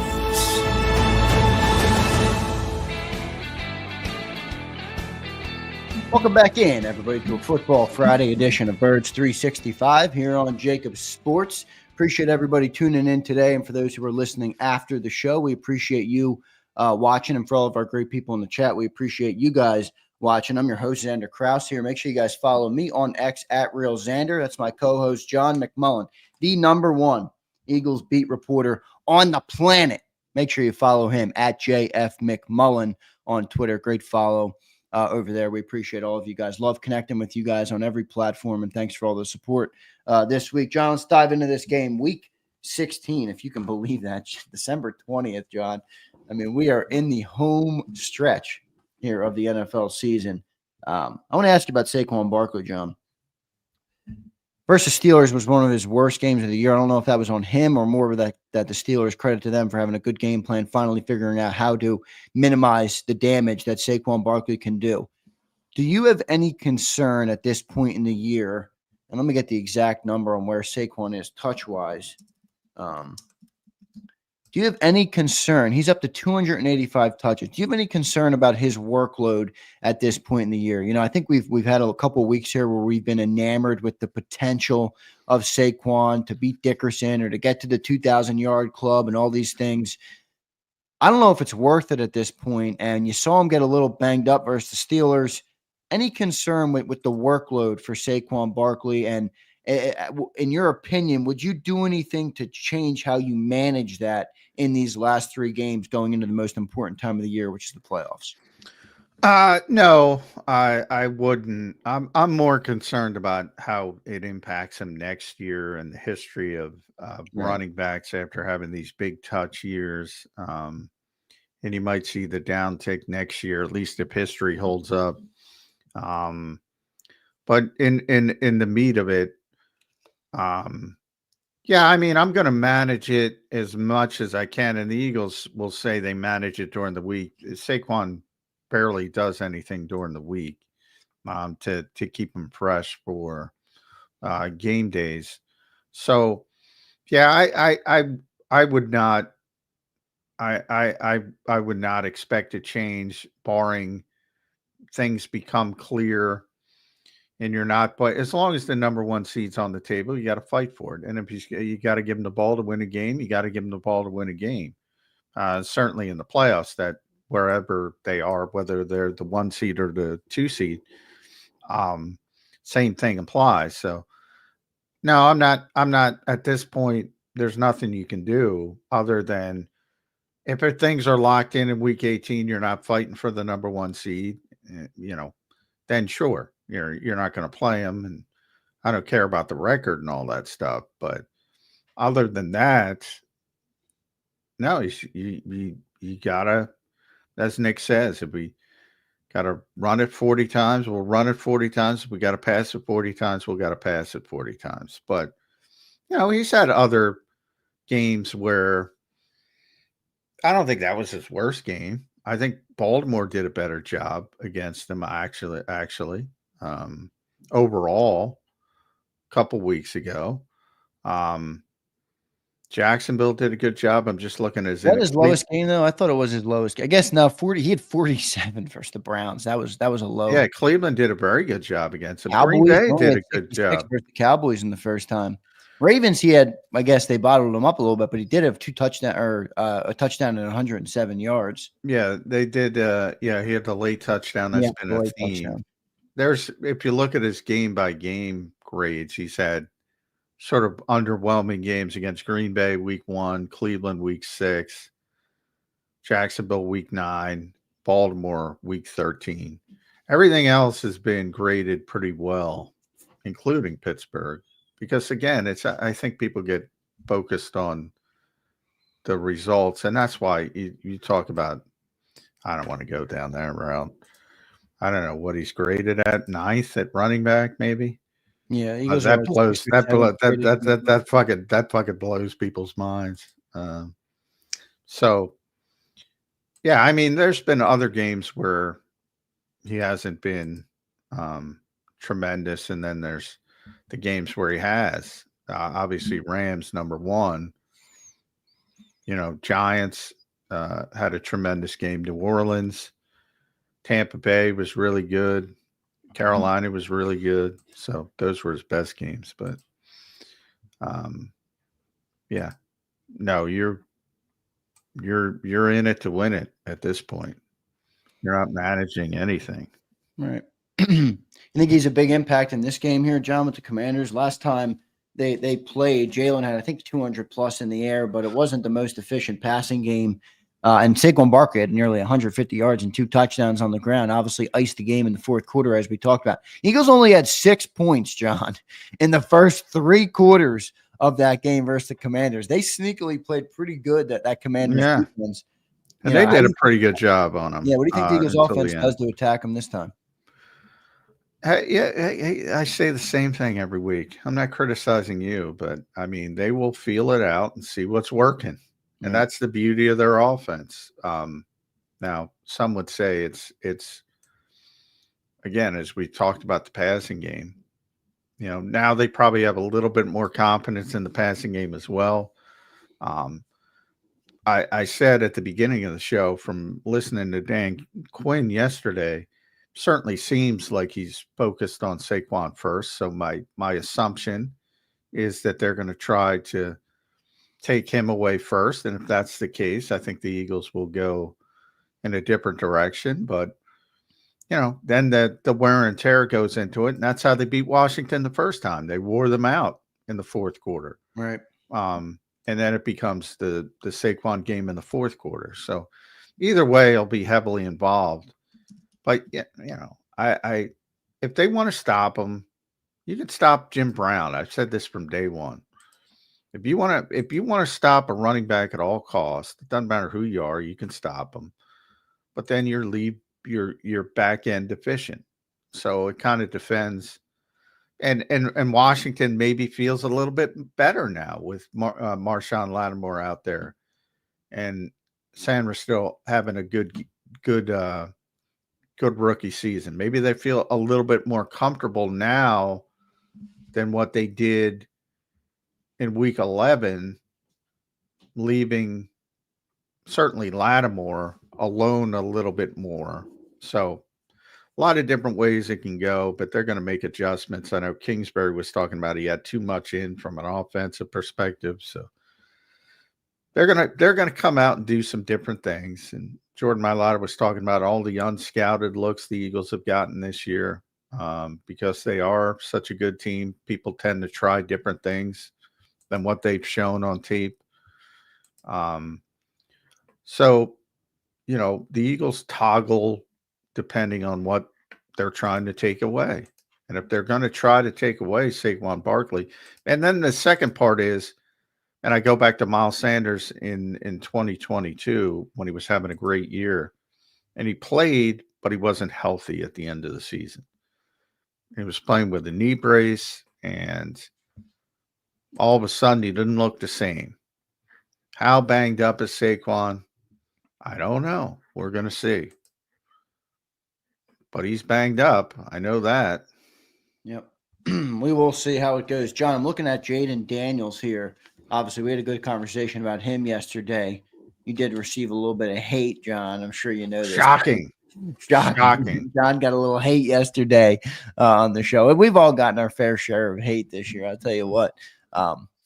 Which we love you all, by the way. Even our haters. I joked yesterday, John. Every JAKIB hater will be converted to a fan eventually. We will see how it goes. But looking at this season for Jaden Daniels, John, outside of his week 1 performance versus the Buccaneers, he had statistically his worst game of the year versus the Philadelphia Eagles last time they played. Now, I'm not sure if it was graded as his worst game, but statistically, his worst game of the year outside of week 1. He had 191 yards, a touchdown, and an interception with an 81 rating. Not his best performance. That's a credit to the Eagles defense. What do you expect him to do this week versus the Eagles? How do you expect him to try and slow him down? You say it often. I like Vic Fangio versus a young quarterback. That's how I feel too. But will they be able to slow him down 2 straight times? Well, here's what Kingsbury said yesterday. The first time we played them, it was a short week. Remember, too, it was a Thursday game. I had way too much in, and I felt like we played tentative. I didn't call a very good game. Now we have a full week process, try to make the proper adjustments, see how far we come since then. He might be trying to protect the young rookie quarterback. It was a short week. Maybe he had too much in. He doesn't run a complicated offense. So I think he had a little bit of a rib injury too in that game, didn't he? Yeah, people talked about the rib injury, but he didn't play well. And I on record pretty much, I'm going to take Vic Fangio against a young quarterback, even the best young quarterback. And Jaden Daniels is obviously the best young quarterback, but yeah, I like that matchup from the Eagles' perspective because he's going to throw things at Jaden Daniels that other people don't do. But again, going back to yesterday, I mean, people want to pretend this guy hasn't had a better season than Jalen Hurts or, drinking the Kool-Aid. I might be drinking that Kool-Aid, John. That's it. Yeah, that is Kool-Aid, man. Better season, not better game, better season. All right, that's fine. Yeah. 14 freaking games, people. Not one game, not Pittsburgh. How can you even state that? It's not close.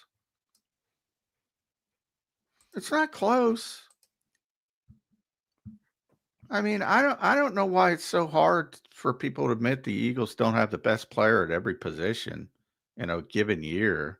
I'm not saying they have that. I think what Jaden's done has been pretty impressive. I think it's his first year in the league. There's no tape out there on him. He's done a good job, but he's he's met all the pack. Well, I didn't say that, but I didn't. Passing yards, got 17 touchdowns and 6 picks. It's like, all right, he's done okay. I mean, he's a good quarterback. He's solid. He's a fun prospect. The Commanders solid quarterback. Look like they're going to turn it around with him, but they already have turned it around. If people haven't noticed, I mean, Washington had the second pick out of merit. People, they didn't trade for it.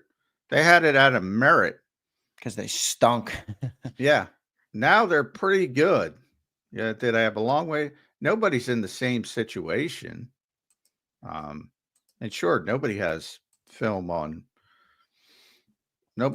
of film on Jaden Daniels as a rookie quarterback, and he'll have hurdles and he'll have adjustments, and he's far from perfect. I'm just saying that definitively this season, the 2024, he's played better than Jalen Hurts. I mean, because he's a rookie, that enters into it. No, it doesn't. I don't necessarily think he's played better than Jalen Hurts, though. I just think he was asked to do maybe a little bit more than Jalen Hurts, but within Jalen's role, I think Jalen's been pretty good.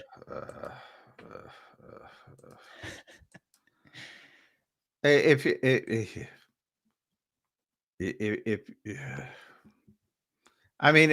you're talking about Lamar Jackson, I'm looking at the top graded quarterbacks from PFF. If you're talking about Lamar Jackson, Joe Burrow, Josh Allen, Justin Herbert, Jaden Daniels is 5th.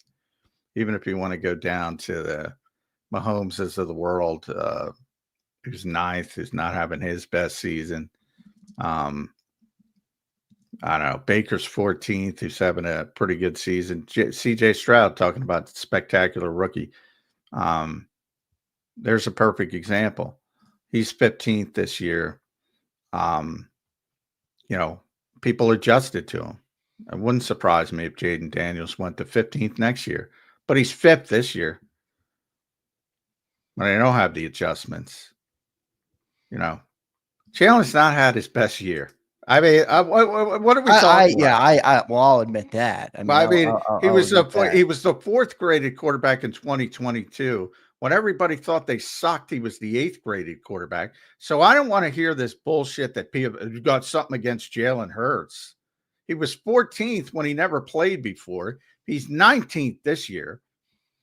He's not playing as well. I watch this team every week. I said it long before. He's not playing as well. Nick Sirianni is smoking you. He is manipulating you. Everybody in that building knows he's not playing as well as he has in the past. Why is this even controversial? I don't think it's controversial. I just think it's I'm not mad at what you're saying. I think Jaden's had a great year. I don't want to take away from the player, but I don't think I think even me at times have been way too far on Jalen's had a bad year because it doesn't look how we want it to look. Like he hasn't made mistakes. I think that's what amazes me, because then when people go to the other end of the bipolar spectrum, I pull them back and I say, no, this is a pretty good quarterback. This is still a pretty good quarterback. I'm not mad at you. He's not the worst quarterback. I'm not saying I'm talking mainly about the haters, and I say all the time, I pull him back off the ledge. He's not the worst quarterback in the world. He's actually a very effective quarterback. And then they go the other route. How dare you say anything about Jalen Hurts? Shut the fuck up. I mean, you're the unrealistic one. And again, I'm not talking about you. I'm speaking of you're the bipolar ones who think he's the worst thing in the world when something goes wrong, and then he's the greatest thing in the world. You don't find something wrong with that? could be guilty as charged. I'm the same. The whole way. I told you, not having his best year. Yeah, that's fine. Look, you are going to get the objectivity with John. That's what people love. Now, Rashid checks in and he says, "Good morning, fellas. Good morning, Rashid. We appreciate you, brother. Thanks for being a member on JAKIB, by the way, and for the super chat." He says, "Good morning, fellas. Can we get a yards, touchdown, interception, completion percentage, Hurts versus Daniels?" So I brought it up to do this. All right, let's just humor the people. All right, John. Let's just humor the people. Okay. All right, we'll do it. All right. I know you don't care about them all. So here's where we're looking, all right? I don't care about fantasy points. Completions, Daniels has more percentage. Daniels a little higher. Yards, pretty comparable, 150-yard difference there. Yards per attempt, Jalen. Touchdowns, Jalen. Interceptions, Jalen. All pretty close. I mean, everything is pretty close. I'm surprised that Jaden has more rushing yards. I'll say that. John is audibly groaning at the stat comparison. Rashid, look at what you've done, Rashid. Rashid, look at what you've done. Oh my Lord. Can we rub two rocks together to create a fire as well? By all means, who's got more passing yards? That's relevant. Yeah, I'm groaning at that one. Audibly groaning. I just went through the sack conversation. The most bad. Maybe I'm too tired. I've had a long week. Maybe I'm too tired. Yeah, I can't get those stats off the screen. I need John for another 22 minutes, guys. I can't tap him out yet. All right. I come on. I say all the time, I'm trying to elevate the conversation. Please don't ask me about completion percentages. Quarterbacks at different offenses, different teams, different supporting cast, different schedules. Right. Please stop. I get it. Please stop with that stuff. We got to elevate. We got to elevate it. You got WIP for that stuff.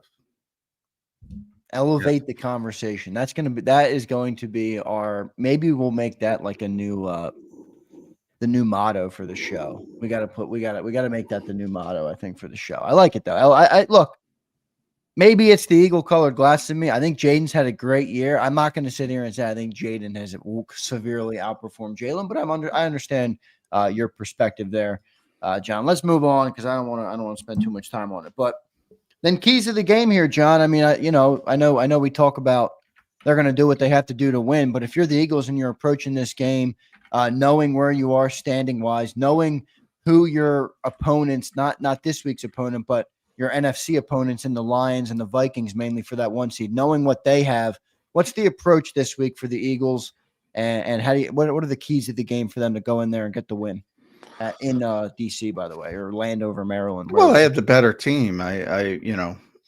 It's always a pretty significant advantage when you have the more gifted group. So, as I said at the start, it's more about to me, this is more of a template game for Washington to see where they come and how far they are and how far they've got to go. And this is a big game from their perspective as well, because they still have to clinch their playoff berth. They can do it, but they would need some help this week. I think, Arizona has to lose. And then either the Rams or Seattle, one of those two has to lose. And if they win, they would clinch. So they still have some work to do when it comes to the playoffs, on a good spot to get there, but they need to finish strongly. And this is the team they're chasing. So this is the team that they want to measure themselves against. And I think it's different with Dan Quinn and the organization as a whole. So it's a better group. It's not the same old Commanders. They played them very hard for, as I mentioned, about 55 minutes till they fell off in the first game. So, they want to win this game, and they want to send a message. And we'll see if they can do it. They're talking about, Clips said he learned something on the short week. Quinn is saying you got to keep your discipline late in the game. when maybe they've worn you down a little bit. But it's the Eagles have a better team, so it's going to be difficult for them. Yeah, we'll see how it plays out. This John. You got to sometimes you got to tip your hat, all right, to the great people in the chat. Dirty Air says, "Okay, now compare their Madden ratings." Yeah, nice. Yeah, let's go. That's pretty much what you have. You bunch of Woody Johnsons.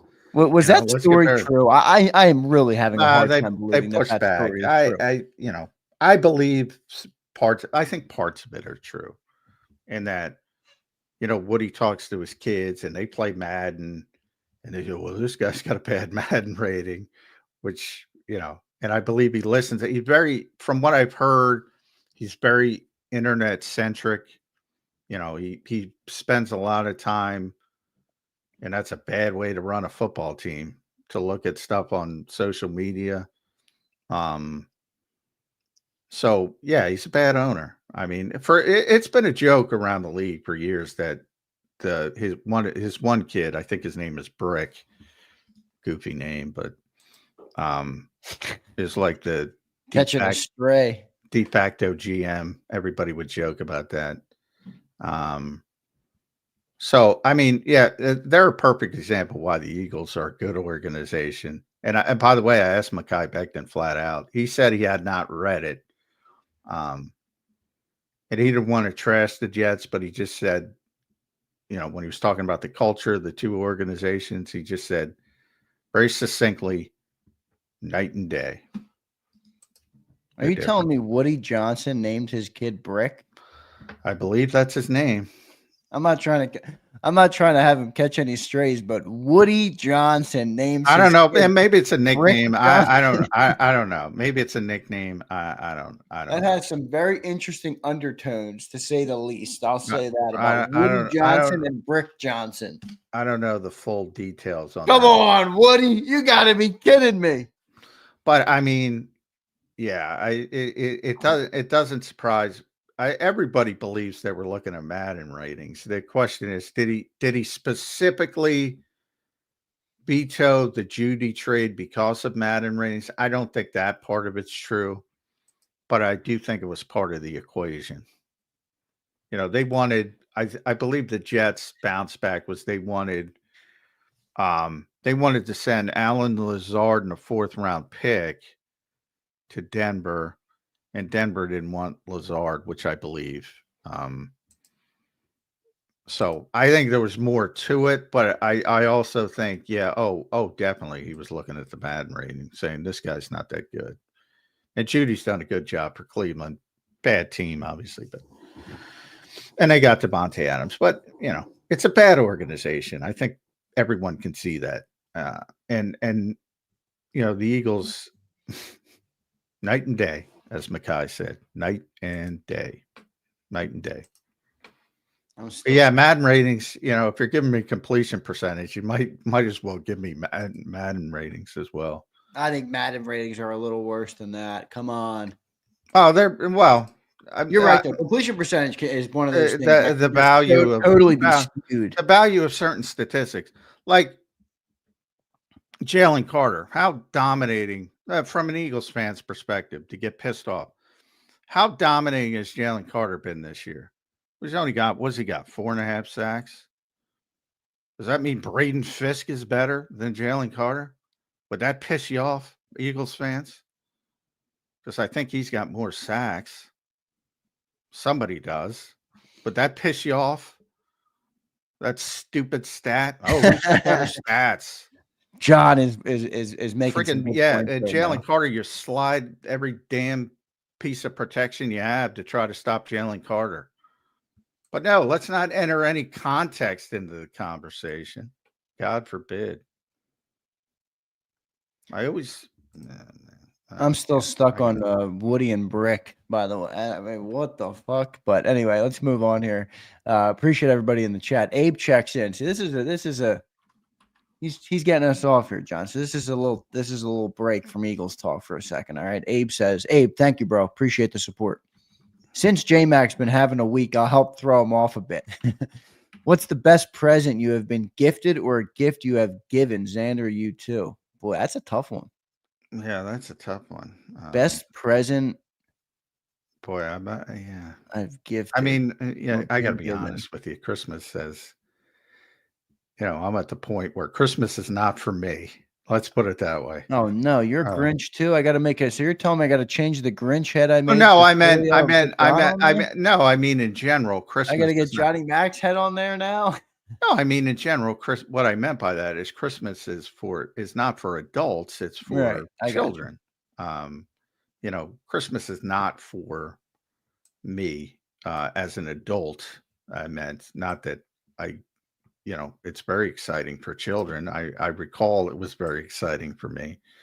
So I'd have to go way back and try to think about some toys I liked back in the day. As far as, boy, that's difficult. I can't even. I like giving gifts though. I like giving gifts to the people I love, but I can't really. Probably the best. But I don't want to go ostentatious because then you sound like a dickhead. I know, you're right. I bought, expensive things. Because I don't want to go down that route, but I'm trying to think of something meaningful.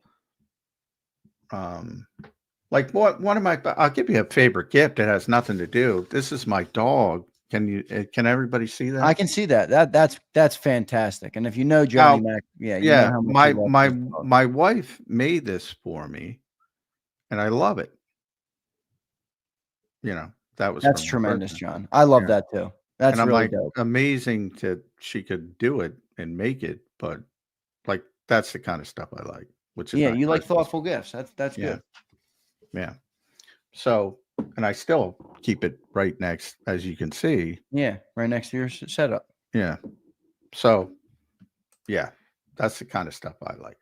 I like it. That's a really cool little portrait. And for anybody that knows John, you know how much he loved his dog, Izzy, who was a great dog. So, John, that's really cool. Cool for sharing that. Abe, thanks for asking that, man. That's humanized the show a little bit, right, Abe? Appreciate you doing that. We're getting into the last 10 minutes of the show here, though, and we will have to dive in a little bit into our final thoughts, John, and our predictions incoming here on Birds 365. Before I ask you that, let's see. Will Jalen Hurts throw for 200 plus in this game, John? Yes, he will. So you think he continues the streak a little bit? It's ironic. I still have tremendous confidence in Jalen Hurts, despite this week as a player, because I pretty much say that every week, and it hasn't been the case in a lot of weeks. But I still have, and 200's not a lot, but again, who cares about statistics? But I more mean it from the passing game. Like, will the passing game go back? Yeah, no, I think they've gotten past the 83 net passing yards. I do think they've gotten past that, and that's a good thing. That is a very good thing. Good stuff there, John. What do you think of this comment? All right. Chris Scott says, Johnny Mac isn't a Scrooge. He just dislikes nonsensical comments. Well, I agree with that. Yeah, thank you, but I don't.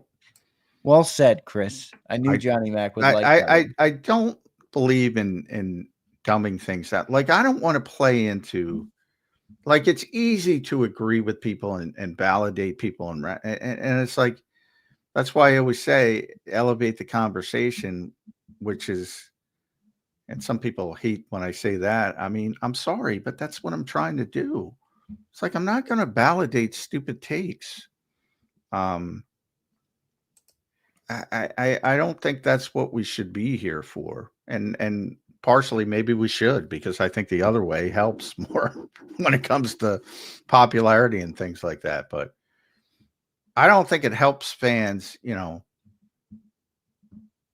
to just digress to, all right, so-and-so's great, so-and-so's great, so-and-so's great, because that's what they want to hear. It's a great team. They're 12-2.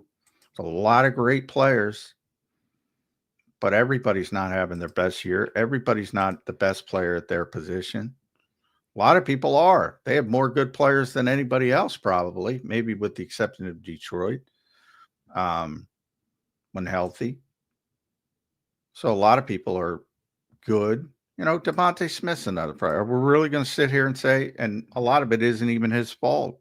Are we really going to sit here and say this is Devontae Smith's best season? No. I watched it. I was watching some 22. I was watching a little documentary, not documentary. It's more like a YouTube production last night. I was watching it of that 22 season.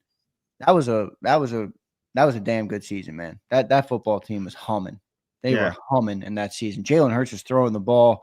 AJ Brown must have had many multiple touchdown games. I mean, he had 3 touchdowns versus Steelers. Both receivers had huge games versus the Commanders. Remember, Devontae had that one big catch where he had 2 defenders and came down FedEx Field, yeah.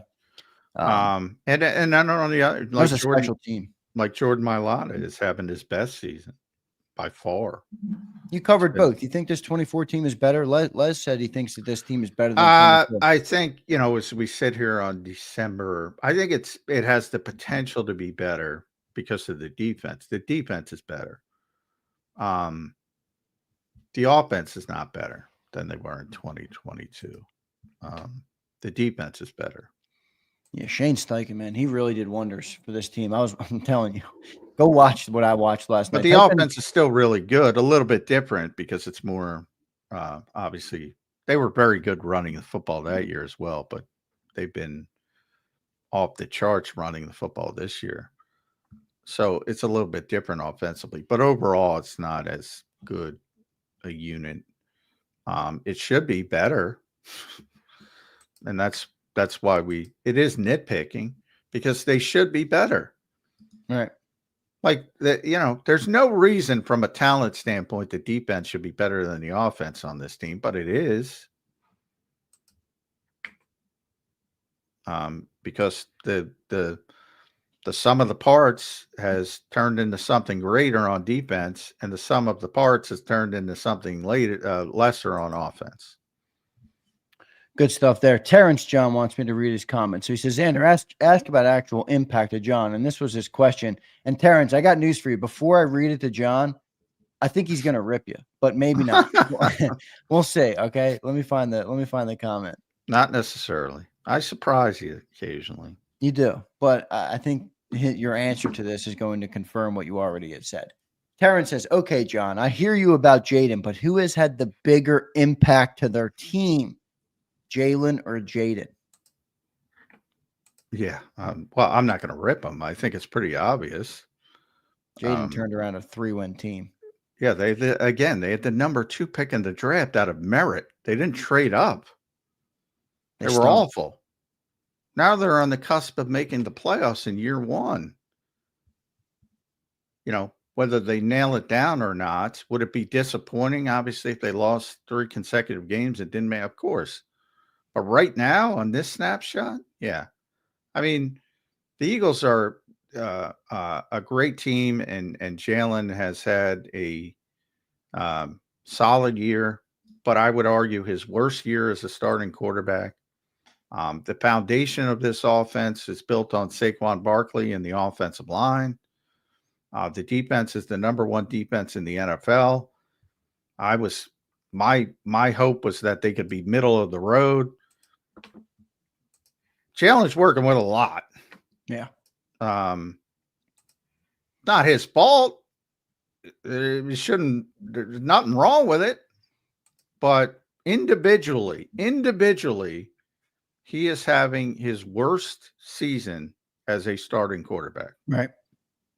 Impact to the team, though, is a little different of a question. Like Jaden turned around a 3-win team, but Jalen Hurts also did the same. I mean, remember they won 4 games when they made the switch, and then he came back and took the team to the playoffs, and now he's gone on a 46-19 run. So I think I'm talking about 2024. Yeah, I'm not talking about the seasons past.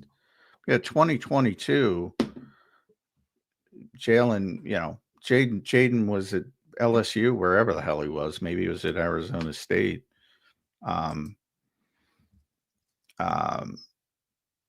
Yeah, I'm talking about this season. I'm not talking about the full Jaden's encompasses. had a bigger impact this season. I think that. That's a question. He's first of all, he has to do more because he doesn't have the same supporting cast. And again, that's not Jalen's fault, but there's a lot on his plate as a rookie turning around a shitty team. So, yeah. All right, John, it's prediction time here on Bird. Terrence, thanks for the comment, man. Appreciate that. It's prediction time on Birds 365, Johnny Mac. Where are you leaning on this Eagles-Commanders game, number 2 of the year for these two teams? Week 16, Birds looking for their 11th straight win. Commanders looking to get into double digits in the win column. Who do you like, Johnny Mac? I think it's going to be a close game. I think it's going to be a little bit lower scoring maybe than people expect because I think it's going to be really cold. I'm checking my – yeah, oof. It's going to be really cold. What are we talking? What are we like? What temp? What are we talking here? It's going to be 26 here, so it's good. We're going south. It's going to be 2 degrees, I think, warmer. So about 28, 29 degrees. Ooh, we got a cold weekend this weekend. Yeah. I think it's going to be a little bit lower scoring because of that. And I think the Eagles are going to do what they always do, and they're going to finish strongly. And a lot of that is going to have to do with Jalen Hurts, as he always does. It seems to finish strongly. So I'm not saying all bad things about Jalen Hurts. 23-20 Eagles win. 23-20, low scoring. Cold, nice weather game. I like it. Yeah. Oh, you got the Grinch Cilio up there behind you? I put him up when I was calling you the Grinch. I said, do I need to put Johnny Mac's head I didn't even notice until right now. Yeah, I put Cilio up on the Grinch. I like messing with you guys. I'm trying to make the Christmas spirit in here, and I got Johnny Mac and Cilio, and I'm like, holy shit. Jay Ronamu becomes a member. Jay, pretty cool, man. You're going to be entered in. We'll do a giveaway today. Matt NG says, do you think some of the offensive shortcomings come from a lack of wide receiver 3 being an impact on the field? I don't know, Matt. John, what say you? Well, that's one of my issues with the offense as a whole in the quarter. I mean, it doesn't matter who it is. I mean, we can blame Quez Watkins. We can blame Julio Jones being old. We can blame Alama. I'm having a hard time with this because I was watching, like I said, I was watching those 22 highlights. Zach Pascal was wide receiver 4. He was getting a couple touchdowns. Yeah, well, 1, I remember. Was it 1? Well, it was a nice setup. I do remember it well because Shane really set it up earlier in the game. He ran the same play late, and everybody jumped. More than our wide receiver 3 has this year. How many catches does Dotson have? It was a bubble screen. He's at Jahan Dotson's at 10, 12 receptions. But, I've been very careful. A lot of people rip Jahan Dotson. I'm like, I don't know anything about Jahan Dotson because they don't give him the football. They don't. So I blame that on the offense. And Olamide Zaccheaus is good at, he's doing some nice things for Washington as both a returner and as a receiver. Not a great player, but they get him involved. The Eagles don't get the third receiver involved, period. It doesn't matter who it's been. And then I think it becomes a self-fulfilling prophecy because I think there is a human nature aspect that we're talking about with Les. And even though guys aren't going to complain when it's 12-2, it doesn't mean in their minds are like, can I get a freaking target every month? Maybe get me involved in the game. It is weird. So it's been multiple players over multiple years, and they never get the third receiver involved. Closest was Quez, and then Quez he had a little bit more than this. Yeah. Jay, again, thanks for becoming a member. John, what was your what were you, 20-17? 23-20. 23-20. 23-20. That's a good score. I like that. I'm falling right back into where I've been falling recently with it. It seems like this offense is putting up like right around the same amount of points every week. I'm going 27-23 this week. I think the Birds win it. I think they ice it late with a touchdown potentially from Saquon Barkley again. But I'm going 27-23. Got a bunch of guys who don't like the cold. That's what I'm counting on. Bunch of the guys don't like the cold. Yeah, Jaden, LSU. Jalen Hurts from Houston went to Bama. Yep. Devontae Smith from Louisiana hates the cold. All these dudes hate the cold. But, we'll see. I think Saquon Barkley's cool with the cold. He grew up in Pennsylvania, played at Penn State. Yeah. I think he's all right with it. He'll have a big day, maybe. Maybe. Get back in the Eric Dickerson conversation, which I think is, who cares? But yeah, pie in the sky. Not necessarily. Not if he gets a 200-yard game, but but do you take anything away if he does it in 17 games because Eric did it in 16? No, Eric broke the record that was 14. He broke O.J. Simpson's record. O.J. did it in 14. Nobody talks about that. Why do they not talk about that? Do they want to just bury that? Well, no. Even before what happened, that was arguably the greatest running season of all time. 2,000 yards and what was it? 14 games. Yeah. So my point is, at the time they talked about it. Well, Eric did it in 16 games. O.J. did it in 14. But, now in history, nobody talks about that. Now, nobody talks about, but Eric Dickerson did it in 16. So they'll talk about it at first, but as time goes by, it'll recede to the background. It's impressive no matter what. And the more impressive part of it is to get through all those games with all those touches and still be able to perform at a high level. That's probably, football was a much more violent game in OJ's era than it is now. Oh, I got to go. But, the guys today, man, they take some punishment because when you do get hits, the athletes are bigger, stronger. Yeah. So either way, they're taking a lot of punishment. Johnny Mac, be safe today. Getting down to NovaCare Complex. What's on the agenda real quick before I let you drop? Friday practice. So we'll get the Friday practice report. Game statuses. If anybody's ruled out this afternoon, late this afternoon, practice. Nick Sirianni talks before practice. Locker room. A lot of big info day.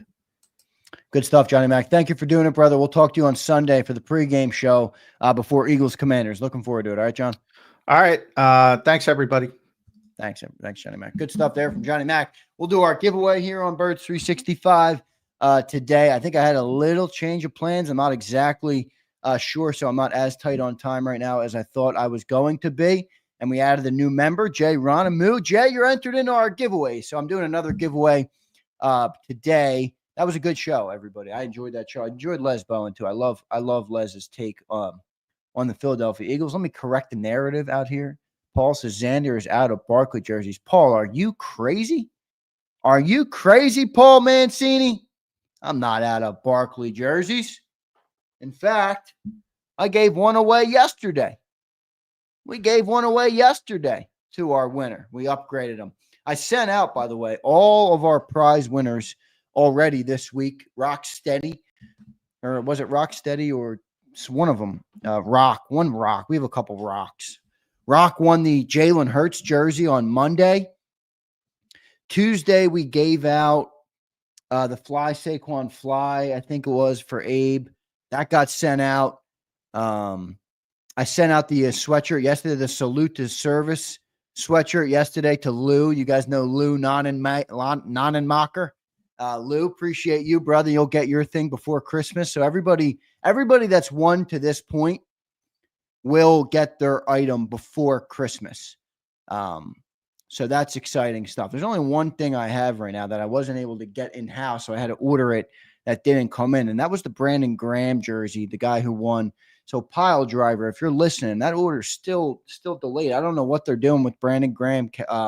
He wanted the midnight green jersey. So that's the only thing out there that I have not yet delivered for prize. So once that gets delivered, we'll be all up to date. And then even Jason A-Team, I coordinated with him. We're going to meet up and I'll get him his Barkley jersey. So looking forward to doing all that. Let me check this new members comment because I love getting a new member. I like getting a new name in the chat. Jay Ronamu. Am I saying that right, brother? Thanks for being a member. He says, happy to hear y'all. Usually listen to the podcast during work later in the day. Very cool. Very cool, man. I love our podcast listeners as well. We have a very loyal podcast listening that doesn't watch on YouTube. We get about 1,000 to 1,500 downloads per day on the podcast. So pretty cool stuff. Jay Perfect, what up, man? I do owe you something because, Jay, you were selected. Your phone was dead. At least that's what Jay said. His phone was dead. But you returned later, and we were on to the next. Jay, I got to do something for you. Maybe it's a piece of JAKIB merch or something. And then Dirty Air. My Dirty Air is dope, man. He made me a really cool animation for my new show logo, the Zander Krause show. So I'm going to send him out a piece of Eagles merch as well. Dirty Air. I'll coordinate with you about that. But I love doing it. I love doing this giveaway stuff. I got to be honest. It's more fun doing this shit than talking Eagles sometimes. I like giving back to the great people that make JAKIB possible. So big thanks to all of you guys. Now, Joe Whip, by the way. Joe, are you out there? Joe became a member yesterday, and I joked with Joe, did you get bullied? There he is. Did you get bullied into becoming a member because Flexen and many were calling him the gray name? Don't be a gray, they were saying.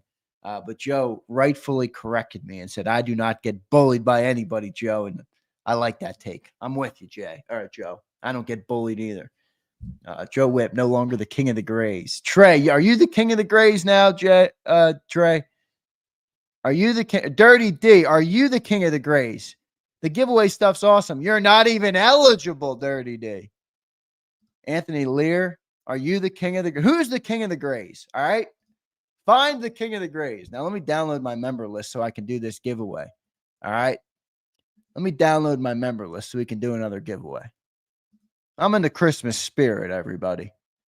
I'm in the Christmas spirit. All right, here we go. Get a fresh. Nope, don't want that. Sorry. Downloaded the wrong thing. There we go. Now we got the updated list. Dirty Air. Thanks, by the way, man. I know I just said your name, but thank you so much. That was really cool. I was checking them out last night. One other thing I want to show the people, by the way. One other thing I want to show the people before I do this giveaway. I've been telling you guys about Krause's coats, right? And many of you might not know what the heck that is, which is fine. But I do want to show you guys what goes into Krause's coats. And I don't show you this because I want you to say, oh, you're nice job. I want to show you because if you want to get involved, this is how you do it. I put this out there for the people. If you're in the Philadelphia region and you want to help JAKIB give back and help us with our coat drive that we do every year, I would love it if you did it. So I'm going to share this up. This is from my X account, and I put this up last night. This is late last night around 10:30. We picked up 1,000 coats yesterday. We're on pace to do over 20,000 this year. We might miss that 25K mark, but we're very close, and we should do over 20,000 coats. So you can see this is the garage at the JAKIB HQ. These are all bags. These are all new coats with tags.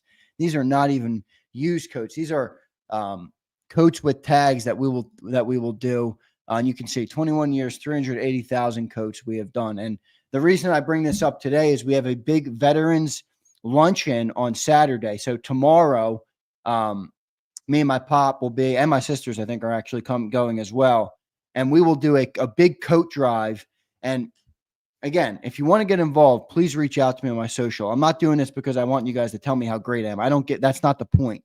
But I do think it's worth mentioning how awesome really what my father does is. So we have a veterans luncheon, and what we do is we'll have 300 plus veterans who will come to a luncheon event that we'll have over in the Northeast.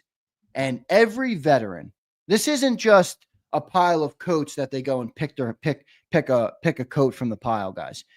Every veteran that will show up at this event has been sized. They will have a custom coat for their size. They get to pick out. It's laid out. It's folded up. Every veteran gets a unique custom experience for themselves. This isn't like, hey, here's a big pile of coats. Go ahead and pick one and hope it fits you. Every veteran is sized. It's sealed. It's delivered to them with dignity and with care. It is not just how many numbers can we do? How many coats can we just put in a pile and have people give away? So it means a lot to our family. My dad has obviously been doing this for 21 years now. 21 years. So it's really special. And if you're in the Philadelphia region, like I said, please reach out to me and I will coordinate with you how to pick up some coats from you, whatever it is, however you want to help.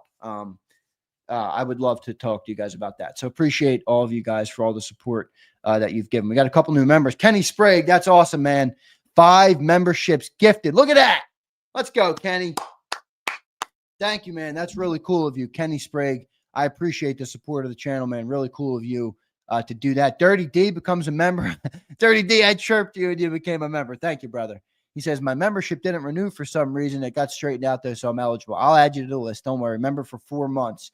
Dirty D, thank you, brother. We appreciate that. I'm going to have to get a new list because now we just got some new members that were in here. Yeah, all right, so let me download this new list now. Who was gifted? Josh Brooks am I right? Because I can't see who was gifted him. Josh Brooks, was he gifted? Tyree Ergel, Savvy, Michael Robinson, and PJ? Is that who was gifted the memberships? Let me double check over here on the Oh, Pat Ryan, you got gifted. Nice, Pat. Pat's a great member of ours. Great viewer of ours. Now he's a member. No, Abe, Abe, not only brand new. No, we do use, but Abe, it's got to be in good condition. We do, like I said, we do not like to give away junk. Like we're not just trying to take your trash and give it away. You know, if you have a slightly worn coat that, you know, just got lost in the closet or it wasn't used much,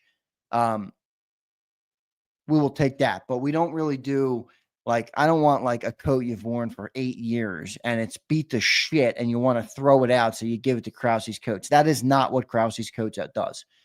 We buy many new coats and we accept slightly worn or used coats. So good stuff. All right. Let me add the new members in. I got to get a new, I got to do a new download. All right. Okay, cool. Got this. Joe, I like seeing you as no longer a gray. Nad checks in. Niners, baby, 6-8. Boy, your team stinks. Nad, your team stinks, dude. All right, here we go. Getting the member list. Up to 323 on the members. Yeah, Keith, it is good you're off today, brother. Appreciate you being here. Appreciate you spending some time with us, man. Appreciate it. All right, here we go. What are we giving away today? Fly Saquon Fly shirt and a hat. Here's our entrance. Okay. All right. Everybody's in. Anybody else becoming a member that wants to become a member, please do so now. All right. Do so now so that I can add you in. Kenny, thank you so much, brother, for gifting the memberships. He says, sorry, I haven't been live for a while. Got a promotion at work, so can't listen live. But as you saw on my Twitter post, I still listen every day. Kenny, thank you, brother. And congrats on your promotion. Very cool. Proud of you, man. That's cool. Good stuff. Good job. Good job by you. He's dying for the white snow hat. Devin, you like the white hat? Are you talking about the beanie? Or are you talking about the hat, Devin? Because there's one hat, I got to be honest, it's sitting in my studio. I look at it every day, and I keep saying to myself, I like to be a man of the people, but how do I give this away? How do I give this away? This is the cool. I can't find it anywhere either. Let me show you the hat.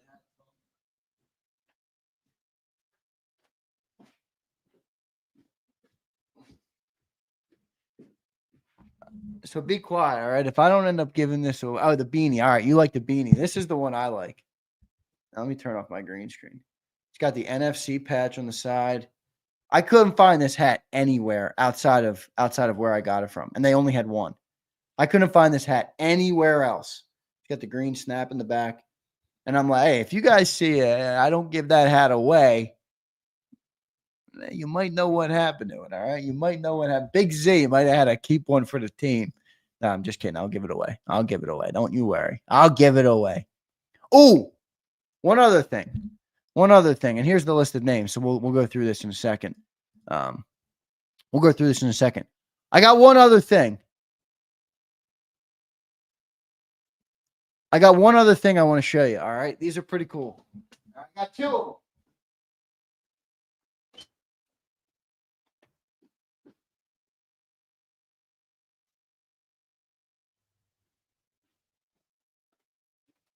All right, so the jackets are a hit. People like the jackets, okay?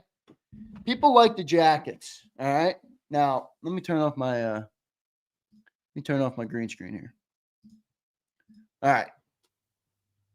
I got these to give away. So these will be for the JAKIB Christmas. These are the starter coats, the Kelly Green starter coats, and they got the eagle on the side, or the eagle helmet. These are that old school Kelly starter coat. Got that like satin metallic look with the eagles on the back. So I got two of these that we'll give away as well. All right. So I added these to the chamber, and I said, because the people like the coats, and I like doing coats because of Krause's coats. So I got those in too. So I'm excited to do those as well. And this, I don't know, I give it away. I don't know. We'll see. We will see. All right. Philly Don says, Zander loves to drag this shit out. Philly Don, and there's nothing better. There is nothing better than dragging it out. You lose the weasels. You drop off some of the people who don't care. And I drag it out, Philly Don. Keep the hat, Kevin says. No, Kevin, it's being given away. Yeah, Chuck, the jackets are sick, aren't they? They're the retro starter jacket, eagle jacket, which is really cool. All right, here we go. We got the people who are starting to cry again. That hat is sexy, Kenny says. Yeah, right, dude? Kenny, hopefully you win this. All right, because you like it. I just think it's sick. I can't. The reason I'm pissed is because I can't find it anywhere. Like, I literally searched every website to find this thing. Got the I love the NFC logo, by the way. New era. It's a new era hat. Really cool. Still got the paper in there. It's brand new, obviously. Everything is brand new. Everything is brand new for the people. All right, so we're doing the giveaway today, and I will do the Fly Saquon Fly shirt again. So we were supposed to give this away yesterday, and then we had Jason A-Team one, who got upgraded to a jersey, and then we gave away the Veteran Salute the Service sweatshirt that Lou Nonnenmacher won, and I shipped that out. He already emailed me that I'll get it before Monday, or get it on Monday. So we're going to give away one of these, all right, and a beanie, okay? So this and a beanie. Now, if you're down south like Abe was, Abe decided to take a hat instead of a beanie because Abe's in North Carolina, so I don't know how much, he needs a beanie, or maybe he does need beanies and he just wanted a hat. I'm not sure, but if a beanie doesn't work for you, that's fine. I'll do a hat. I got some hats over there, and I'll pull all them up in a second. So this is what we'll give away today, the Fly Saquon Fly shirt. Yeah, it's cool. I haven't seen it anywhere too. RMP. It's not one of those ones you'll find everywhere. It's got the skyline in the background. Really cool. It's a really cool logo. So let's scroll through here. These are our new members. Dirty D, obviously you're added in. Let me make sure who else became a member. Somebody became a member. Dirty D, no, you're on. Joey, Ronimu, you're on. Yeah, Ronimu, you're there. These are our 5 gifted members. Jarrell, Leon there's Joe Whip. He became yesterday. Marlo Stanfield became yesterday. All right, very cool. Very cool. So I got everybody in here, and if anybody needs me to search their name, I absolutely will, but you can rest assured that you're most likely on this list, okay? You are most likely on this list. We're up to 322 members. Can we get to like 500 in the next month and a half? We'll see. All right, we will see. I'm going to be doing giveaways a lot more than just the season, by the way. I am going to be doing giveaways all through the off season. In fact, I might even be doing a jersey or 2 a week in the off season. All right, depending on what I can swing. As long as you guys are staying members, then I can continue to do the giveaways. All right, but if I don't have any members, then it's obviously going to be I'm not going to be able to swing it financially. But the members make it possible, and the super chats go a very long way, obviously, as well, in making it possible. So appreciate everybody for what you guys do. Now we'll confirm this, and then we'll do 3 shuffles like we normally do, okay? Here's our list of names. I'll scroll through it real quick so you guys can look through. Mesmerized, there you are, brother. Appreciate it. Joe Whip's in here. Jay Perfect, there you are, Jay. Niall, I think Niall was in here today. Niall, I'm not sure if you're still in here. Matt NG became a member the other day. Daz is on here. All right. Brandon Howard, my man Brandon Howard. Brandon, you got to give me your story. Are you new to JAKIB, or did you just find JAKIB? Like, because I think you've been a good addition to the chat. I like what some of the stuff you've been putting in there. Kakoa, I love that name. Kakoa Kaiawawa. Boda Sactra, NS Wells, Big Trag, Philly Birds and Beers. I'll search for you in a second. Don't worry. NJ Fishing Maniacs in here. Park Alexander, Man in Black. I got the Quignons. I tell you guys, I got the 3 Quignon jerseys to give away. I'm excited for those. They're all larges, but they're sick. They're stitched. Kelly Green, Quignon Mitchells. Pile Driver. Here's my Brandon Graham winner. I'm still waiting on that jersey. I told you guys the NFL is giving me a hard time about that jersey. What, he got hurt and they just stopped shipping the freaking jerseys or what? William Robinson, Wishbone is in here. Riding the Bench, Eagles podcast. Eric Holland, Philly to Chicago. All right. Rocksteady, there he is. Josh Herman, Akbar. Jason A-Team, Philly Don, there he is. Philly Don, Schmidt Diggler. I love that name. Brian Fleming, one of our great supporters here. Chuck Hutton, the Chuckster. Are you in here, Chuck? The Chuckster. You must be present to win for these giveaways. You will. The Saquon jerseys is the one giveaway where you do not need to be present to win. You just have to be a member. Okay. Philly Birds and Beers. There you are, bro. See it? There it is. Dirty Air. There he is. Rashid Mixon. There he is. Kenny P. Kenny Sprague. Love my 2 Kennys. My boys. Clary Voy. Alexander Harris. Jack Straw's in here. All right. Mike Stansberry. Rich Nutt. There you are, Rich. Happy birthday, Rich. I saw your comment. Twiz the Jigga. Dio became a legend member this week. Thank you, man. Yeah, Joe, I might do that. Might have to go down to the link to get the 55. Niners all damn day. There he is. Paul Bloom, Big Pickin', Takeem. All right, here we go. All right, here we go. Let me move this over here. I don't know what the heck that is. All right. What do we do? 3 shuffles. There's 1 shuffle. Eduardo, there he is. There's 2 shuffles. Real Zeal's in here. 3 shuffles. Chan, there you are, Chan. Elijah Mack. Ryan.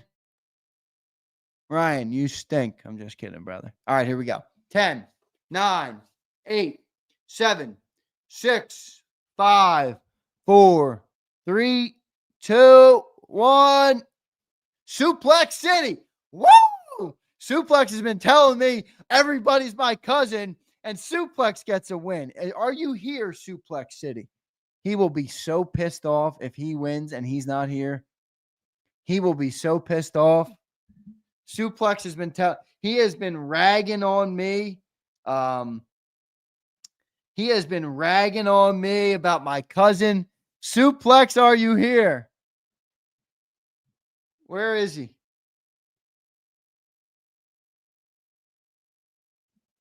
Come on, Suplex. I'm clamoring for you to get the win.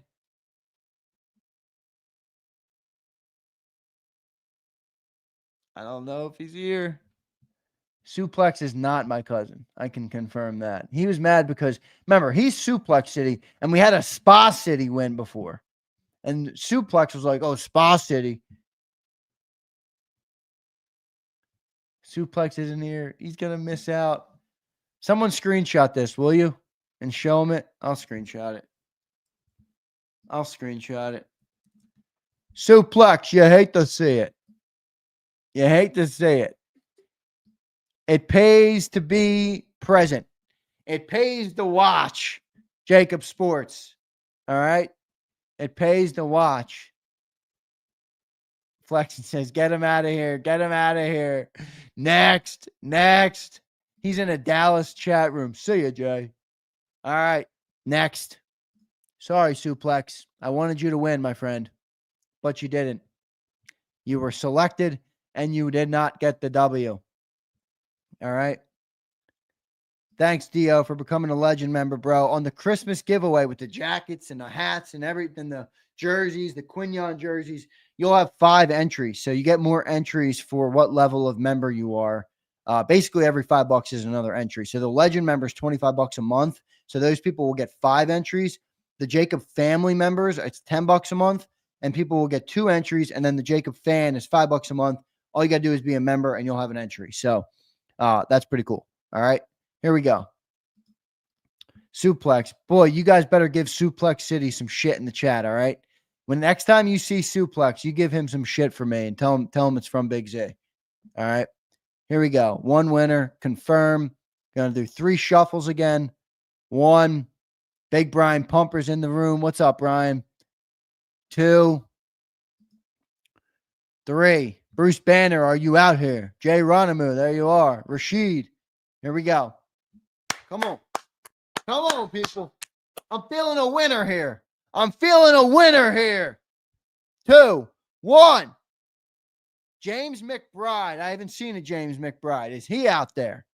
James McBride, are you out there? James McBride, are you out there? I haven't seen James in a bit. I know James, but I haven't seen him. Next. These are my favorite comments. Next. Next. Get him out of here. Next. Who is this? Guess who? What is this? Guess who? I haven't seen this guy. Hey, Matt, you're relatively new here, aren't you? Come on, Matt. I know James. Next. McNo here. James McNo here. McNot here. All right. Goodbye. Mick absent. I like that, Brandon. All right. Next. Here we go. Kenny Sprague becomes a member. Kenny, you're going to be entered. Here comes Kenny. Wait, Kenny might be already on here. Is that an upgraded membership and it's showing me as a new member? Wait, I might have Kenny on here twice. I thought Kenny was already a member. So Kenny might have upgraded. Kenny. Yeah, he's on here. I can see I got 2 of them. 1. Yeah. All right. 2. So I'm going to remove the top one. Kenny, you became, what did you upgrade, brother? Thank you so much if you did that. All right, Kenny, I'm not putting you on twice because that's not the rules for this one, but you will have multiple entries on the Christmas giveaways. He upgraded the legend. Kenny, thank you, my friend. Awesome. Thank you, bro. That's so cool of you. Legend members, that's really cool. Jason A-Team's a legend member. That's why I was happy. He got a couple wins. Very cool. Kenny Sprague, very cool, man. And that just shows up as a new member on StreamYard. I don't know why. So that's why I thought he became a new member. But so Kenny Sprague, MVP of the day. He gifts 5 memberships and then he upgrades to a legend member. Kenny, that's really dope. Tyler Connor says, check for my name. Okay, Tyler. I'll check for you. There you are, bro. See it? Highlighted in yellow right now. Boom. Highlighted in blue. Boom. Jay Ronimu, did you do legend? It might show. I'm not on the, I have to look through YouTube. Ronimu, it does show as a legend. Very awesome, bro.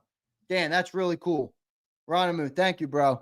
So we added 2 legend members today. That is dope. Thank you guys, man. That's really cool.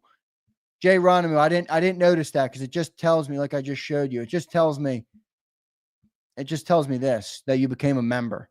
So once I go on YouTube, it shows me what level you became. So now I see that on YouTube now.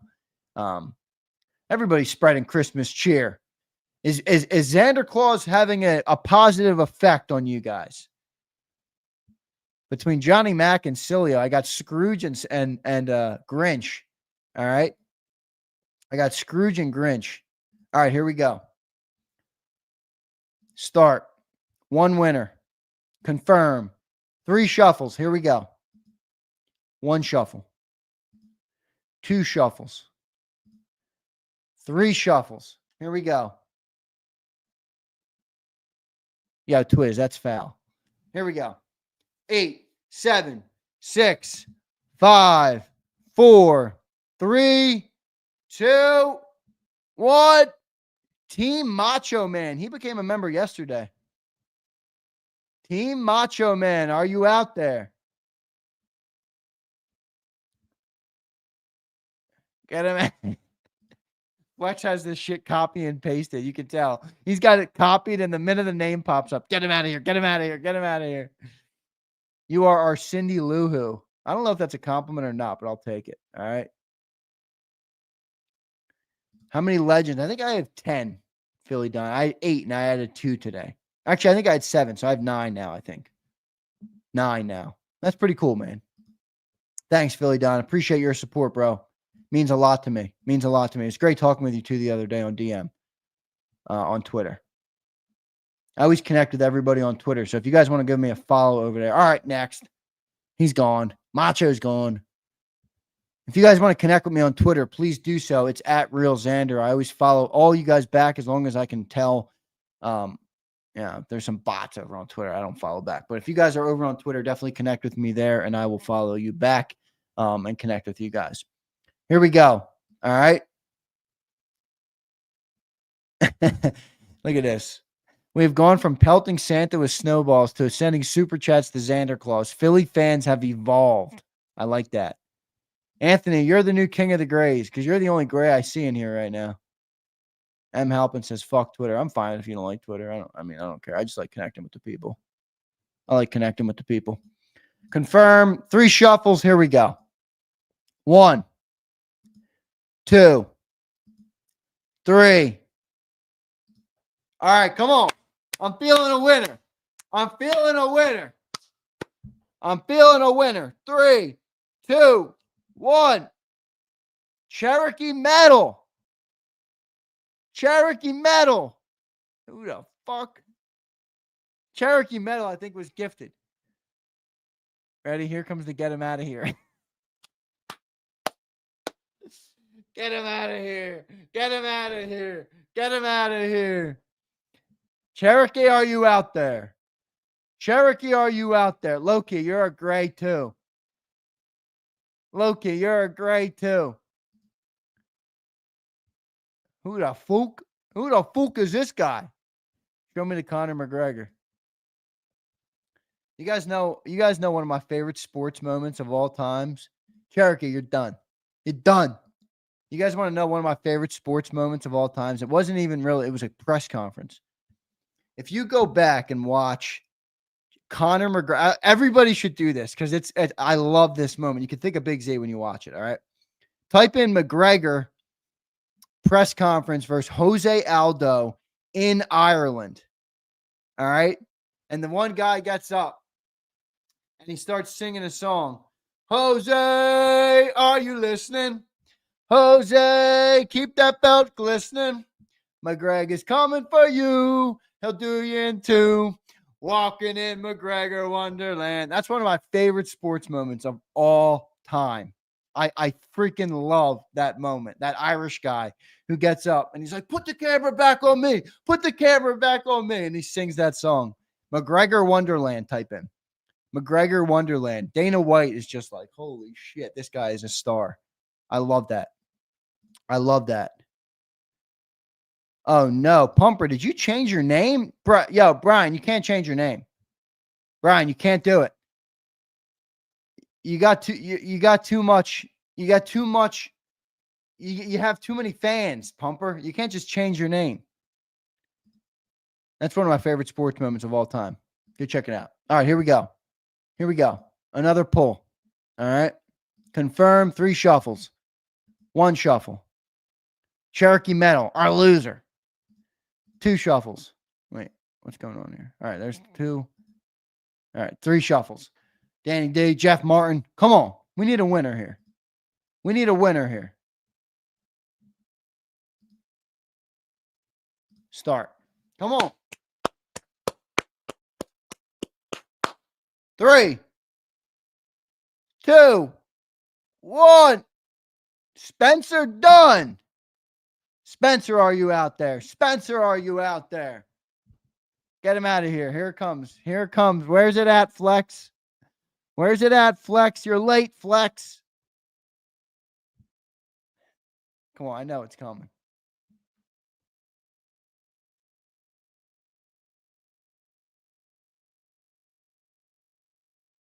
There it is. There it is, Flex. Get him out of here. Get him out of here. Spencer, are you there? Next. What up, Joseph? Are you the king of the grays, Joseph? See you done. See you done. See you done. Start. Here we go. Next. Neil says next. Neil, you're a king of the grays too. Philip Preston says Pumper doesn't like Jalen because he's handsome. That appears to be a trend developing in the media now, that people don't like Jalen because he's a handsome guy. I call them weirdos. 1, shuffle. 2 shuffles. 3 shuffles. Boom. Here we go. Here we go. Come on. I'm feeling a winner. Come on. 3, 2, 1. Joe Gibson. What the fuck? I haven't seen Joe Gibson in here.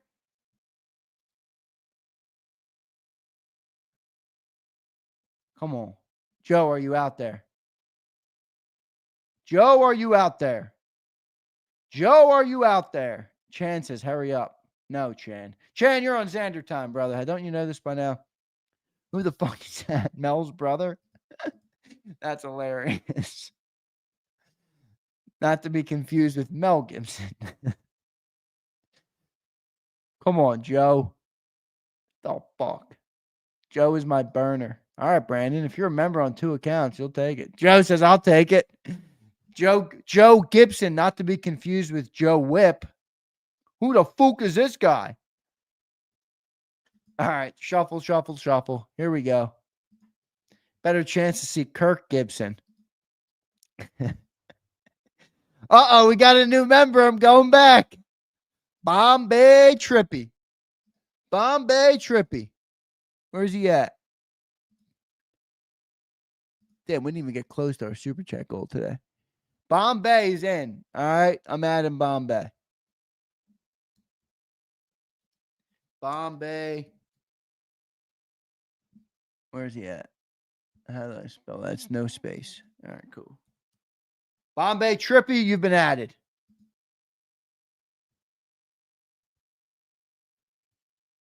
Don't hate me because I'm handsome, Joe says. It was 10 super chats for $5, Brandon. That's all right. It's fine. I don't care. I was just doing it because I like to put that up there for the Q&A when we don't have a guest. People like to ask John questions, so I do that. All right, here we go. Out of the new member, Bombay, thanks for becoming a member. Here we go. Confirm 3 shuffles. Bombay, you're added. You can see that. 1 shuffle. SMD Eagles, where's she at? She's not here. She's been here every day. She's not here today. SMD, you got to be here. There's 2 shuffles. Twiz, there he is. Twiz the Jigga. 3 shuffles. Kenny Sprague, there he is, Kenny. All right, come on. Come on. Nathan, I ain't adding you for shit. You got to become a member. Boom. Here we go. Come on. Come on. 3, 2, 1. Nick Spicer. Who the fuck are these people, man? All right, I know the fix. I know the fix. All right, look. I'm going to the Kango. All right? I'm going to the Kango. I'm going to the Kango. We're going to get a member with the Kango. Got to give Nick a second. Nick, not the Spicer. Get him out of here. It does kind of sound like an interesting name. Kango Krause is out. Kango Krause is out. Zander's making this shit up. No, I'm not, Joe. Are you crazy? All right, Nick, you're gone. You're done. How could you do me like... Oh, no. Don't tell me my list has disappeared. Oh! You got to be kidding me. All right. There's my list. All right, 30D. Who did we add since 30D? Just Bombay? Just Bombay, right? Yeah, Pat Ryan's still on here. All right. Bombay Trippy. I like that name. All right, here we go.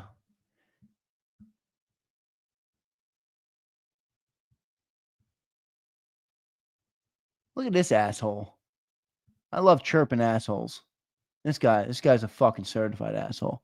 Neil Watson, you're beat. Yo, fuck you, Neil. Bitch. I'm just kidding. If you like us, you're cool. But don't be coming in my chat chirping at me as a gray when I'm doing a giveaway for the people for Christmas. You can't fuck with me, Neil. All right, here we go. 3 shuffles and we're in. 3 shuffles.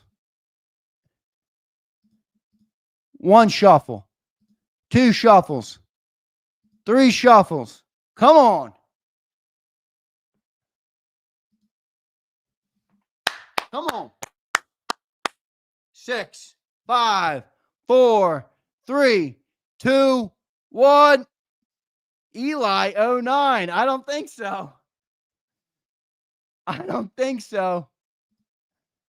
I don't think so. We're going to keep it going here.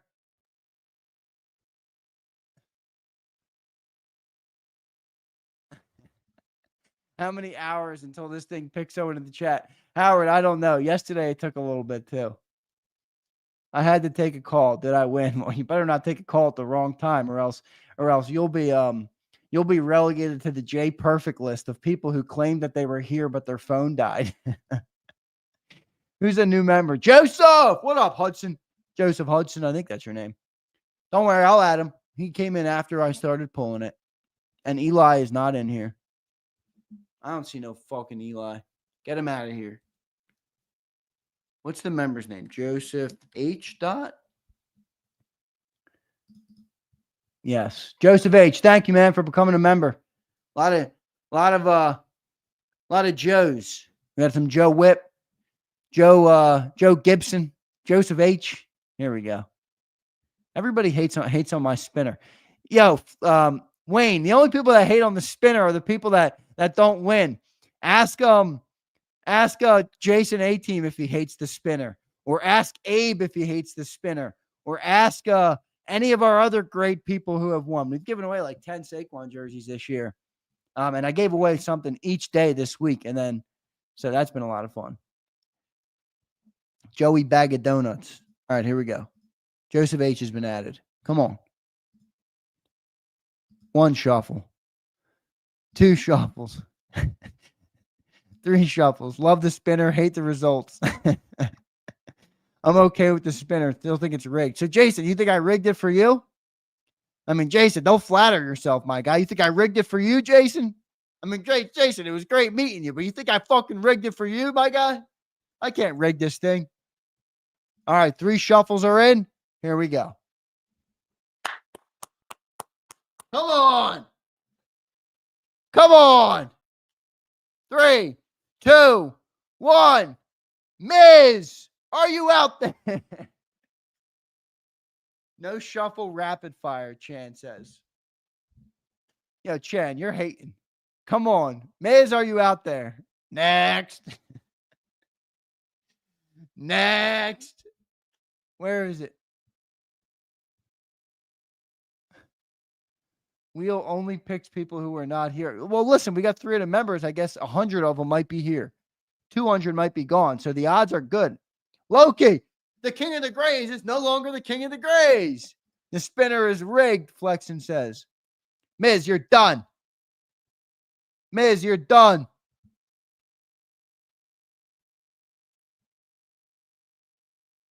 You're done, Miz. Who I got to add? Swing and a miss. Swing and a Miz.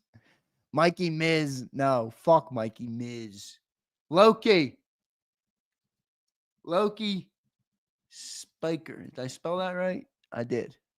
I'm a good speller. When I was a kid, I was a really good speller. All right, here we go. Start. confirm.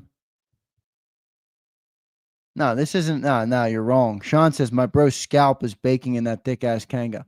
No, this is the, they call them vent hairs.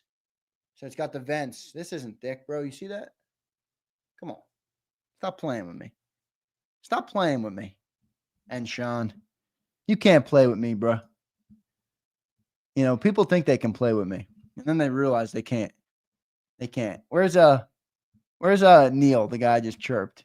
Neil, are you still in here? Did I kick you, or did you get scared? Where did the guy go that I just told to F off?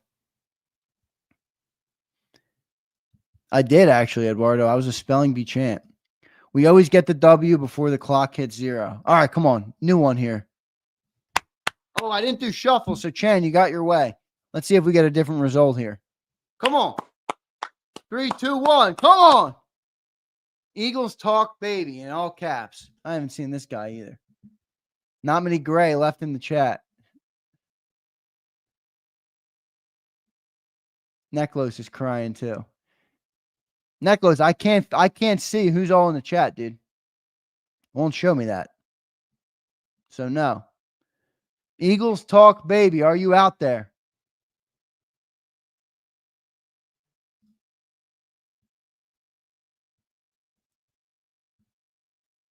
Get him out of here. Get him out of here. See, the no shuffle didn't work either. Do we get any new members? No. Sean, did I educate you on my Kango, the vent hair, bro? My scalp ain't bacon. 1 shuffle. 2 shuffle. 3 shuffle. Fire. I'm speeding this up, all right?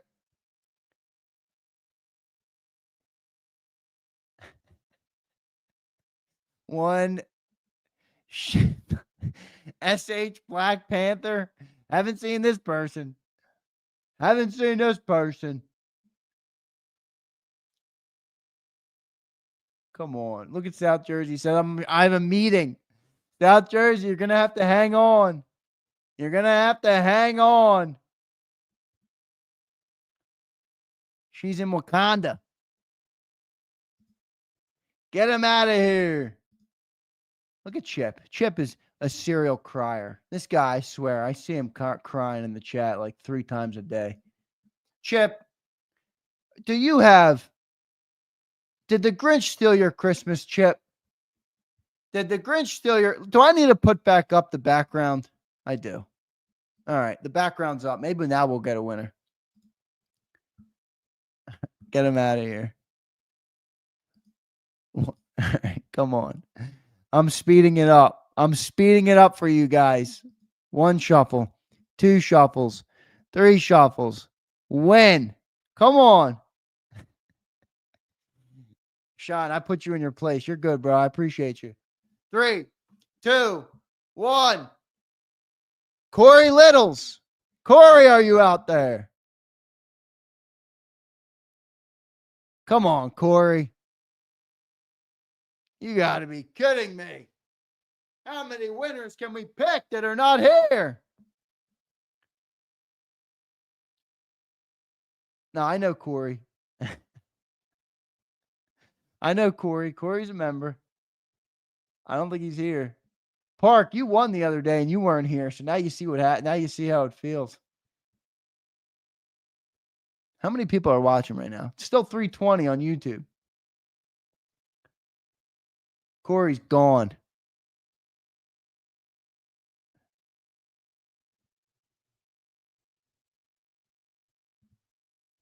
All right. We're rolling. Corey, are you there?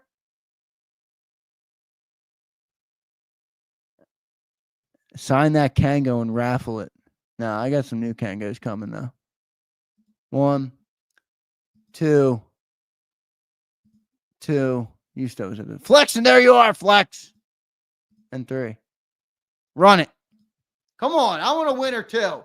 I'm fed up with it too. 3, 2, 1. Wayne the Pain. I know he's here. Come on, Wayne. Come on, Wayne the Pain. He was here a little bit ago. Yeah, baby. Woo! Woo! Winner. Winner, winner, chicken dinner. And Wayne the Pain had the great Wayne, I know you well. You had the great comment about the game you were at. I think it was 1991. Was it the 90s, Wayne? That you were at the game and Celia was on the team. Vinny Testaverde had the 5 picks. Wayne, that was you. I know it was you. Was that the 91 game, Wayne?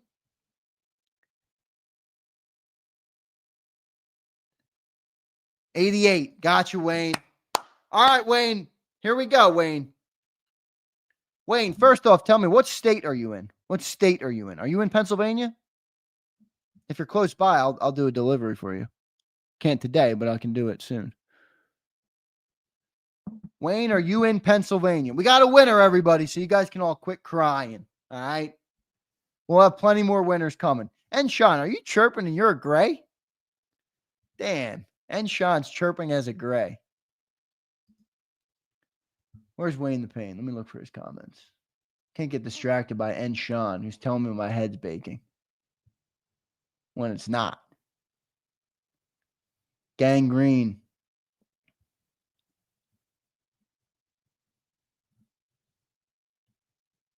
Wayne the Gain. I like that.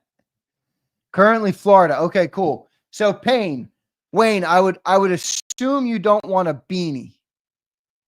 I would assume you don't want a beanie. All right.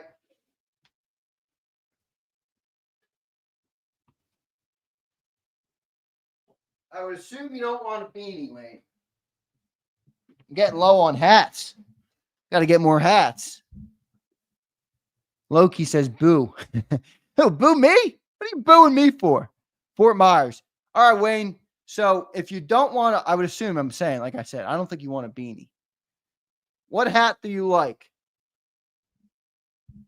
This hat got the navy or the midnight green back. It's a snapback, new era, 940 adjustable hat. Do you like this hat? Do you like, no, not this hat. Do you like this hat? This is the one Abe picked. I have 3 of these.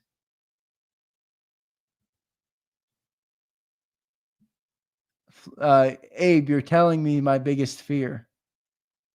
Salute the service, Wayne says. Well, Wayne, that's not technically what you won, my friend, but I'm not entirely opposed to that. Now, Wayne, are you a veteran? Do you happen to be a veteran? Yeah, Abe, it is. The one you got is a snapback. Wayne, do you happen to be a veteran?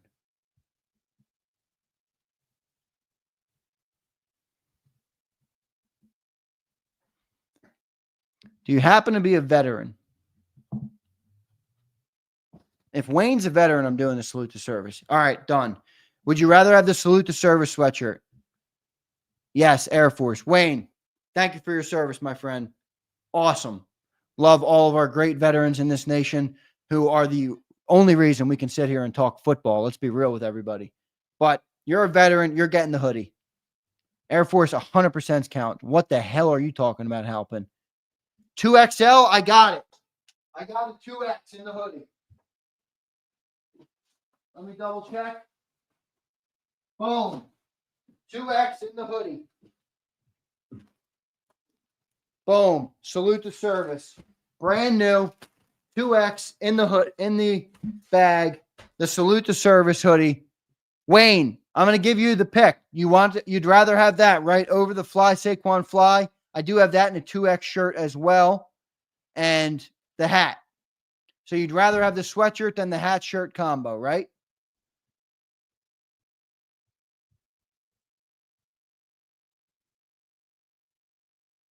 Chuck Hutton, thank you for your service as well if you're also a veteran. Thank you to all of our great veterans. Wow, look at this. Wayne says, my dad was a chopper gunner for the Army in Vietnam. Now that is incredible. That's the real reason that we're literally here talking football. We live in the greatest country on earth. The greatest country on earth. Actually, the greatest country to ever exist in the history of mankind. That is where we live. If you're an American, that is where we live. And it's because of people like that make it like that. That is excellent. I'm very happy that you won today, Wayne. Awesome. 2X sweatshirt coming your way. Now, Wayne, how can I contact you? Do you want my email, Wayne, and you can contact me?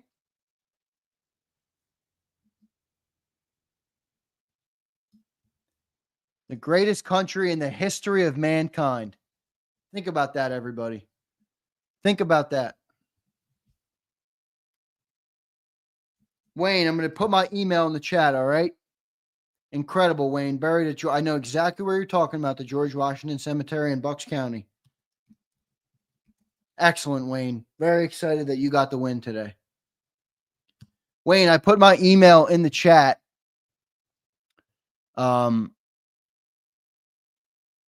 Niners all damn day. That's about all I can say too about that. Wayne, love you, man. That's really cool. Wayne, do you see my email though? I just want to confirm that we can get in touch so that we don't, when I go off the air, we don't have an issue. Yesterday, Lou Nonnenmacher won. I sent his sweatshirt out yesterday, and it's going to deliver by Monday. So I'm hoping I can go right to the post office today and send it, but I have to get your address, obviously, to do that. All right, Wayne, shoot me an email, brother, and shoot me an address, and I'll send you a little note. Just thank you for your support of the channel, and I'll get this sent out hopefully in the next hour or two. Yeah, Brandon, we're doing a Saquon. I'm feeling a Saquon jersey as well. Coming this week. All right, so I still got the hats. I got 4 hats. I really got 5 hats, but shh. Do I have to give it away, everybody? Do I have to do it? I don't want to do it. Look how good it looks on Big Z. Do I have to do it? Thanks, Chip. I know I was chirping you earlier because you was chirping at me, but I appreciate you, man.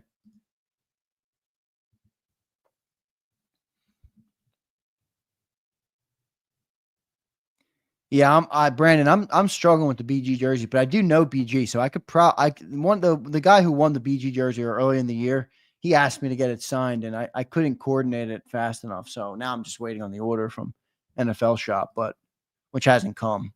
Which is why, by the way, I started to take the giveaways into my own hands where I can just send them out personally, because fucking these NFL shops, even Terry, I don't know if Terry, if you're listening, I just canceled the order and express shipped him a Saquon jersey because the NFL Shop is ridiculous. Fanatics is one of the worst companies in the world for being as big as they are, for being the sports provider for every freaking sports team in every sport. They suck.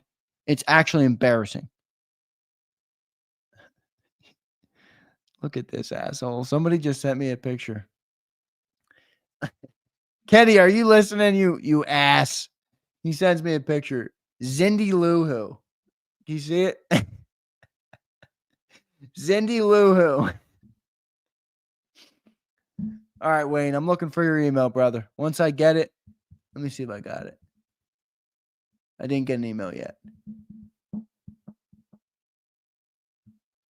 Got it. I got it. Wayne, thank you, sir. I got it. Wayne, thank you, man. Congrats on the win.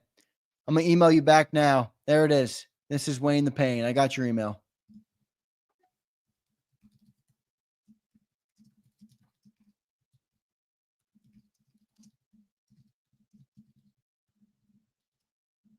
I'm going to ship it out today. I hope it can get there by Christmas, but you know how it is right now. It's the 20th, so no promises on before Christmas, man. No promises on before Christmas, but I will try. I'm going to express ship it. So, I'm going to express ship it. Sig Lord says Amazon should take over the distribution of merch. Yeah, whoever does it for Fanatics is actually pitiful. That's what I learned through the Saquon Barkley jersey giveaways, by the way. You know, the first one was great earlier in the year. It delivered right away. Every other person I've had delays. And I'm like, the guy's the most popular player in the league. Restock Saquon's jerseys. And by the way, they weren't nearly as high quality as the ones I'm getting now. So Terry Hayes made out good. And anybody that wins the jersey now made out really good because the jerseys are really high quality. And Sean said, take off the hat, Zander. Nad, no. I'm on the air. Thank you. Kenny Sprague says, you bring the Christmas spirit back to the Grinches, J-Mac and Sills, hence Cindy. Thank you, Kenny. Was that you that tweeted at me? Was that your ass that tweeted at me, bro? I think it was. Thank you, man. Sig Lord says Amazon should take. Oh, I read that. All right, cool. A lot of fun. Wayne, congrats, man. Love when a veteran wins, and the veteran sweatshirt is coming your way, brother. The veteran sweatshirt is coming your way. By the way, they really crushed it this year. They're excellent sweatshirts, man. Nike, they got the American flag patched, stitched on with the NFL logo. It's really cool. It's a really cool sweatshirt. All right, thanks, everybody. I'm going to get out of Dodge. Appreciate you all for tuning in today. Don't forget to hit that like button on your way out. Thank you guys for all of the great support that you guys have given to the channel. I know you guys thank me for the giveaways, but it's really because of you guys that I'm able to do it. Obviously, I'm trying to rebuild JAKIB in the best way possible. I'm trying to get it back and booming. Obviously, we've had a lot of change in the last year for those who have been here the whole time.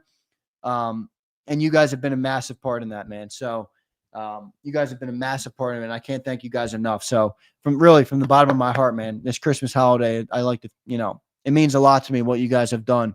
And I've had a lot of fun doing this. In a way, it's opened up my perspective on, the future. I'm 26 years old, guys. Like, you better get used to me. All right. If you're an Eagle fan, you better get used to me. I'm going to be here a while, man. I'm going to be doing this for a long time. So I can't thank you guys enough for all the support you've given. Wayne the Pain, thank you for your membership. Thank you for your support of this network. Thank you most importantly for your service to this great nation. I can't thank you enough, and I'm very happy you won. So thank you, sir, for everything. Philly Don, thank you for your support, man. It means a lot. And Sean, gifts a membership. And Sean, that's really dope. You're not a member yourself, and Sean. What's up with that? And Sean, you gifted a membership, but you're not one yourself. What's going on there, my friend? What is going on? Let me drop this, by the way. Update on channel. Working on it, Philly Don. Getting all my things ready. It's going to be a little different, so I'm still deciding on exactly what to do with it, but I'm going to have a content. I'm probably going to have my first video up there next week. So early in the week, next week. So if you guys are not, go subscribe to my other channel, by the way. Zander Krause Show. I'm going to have some.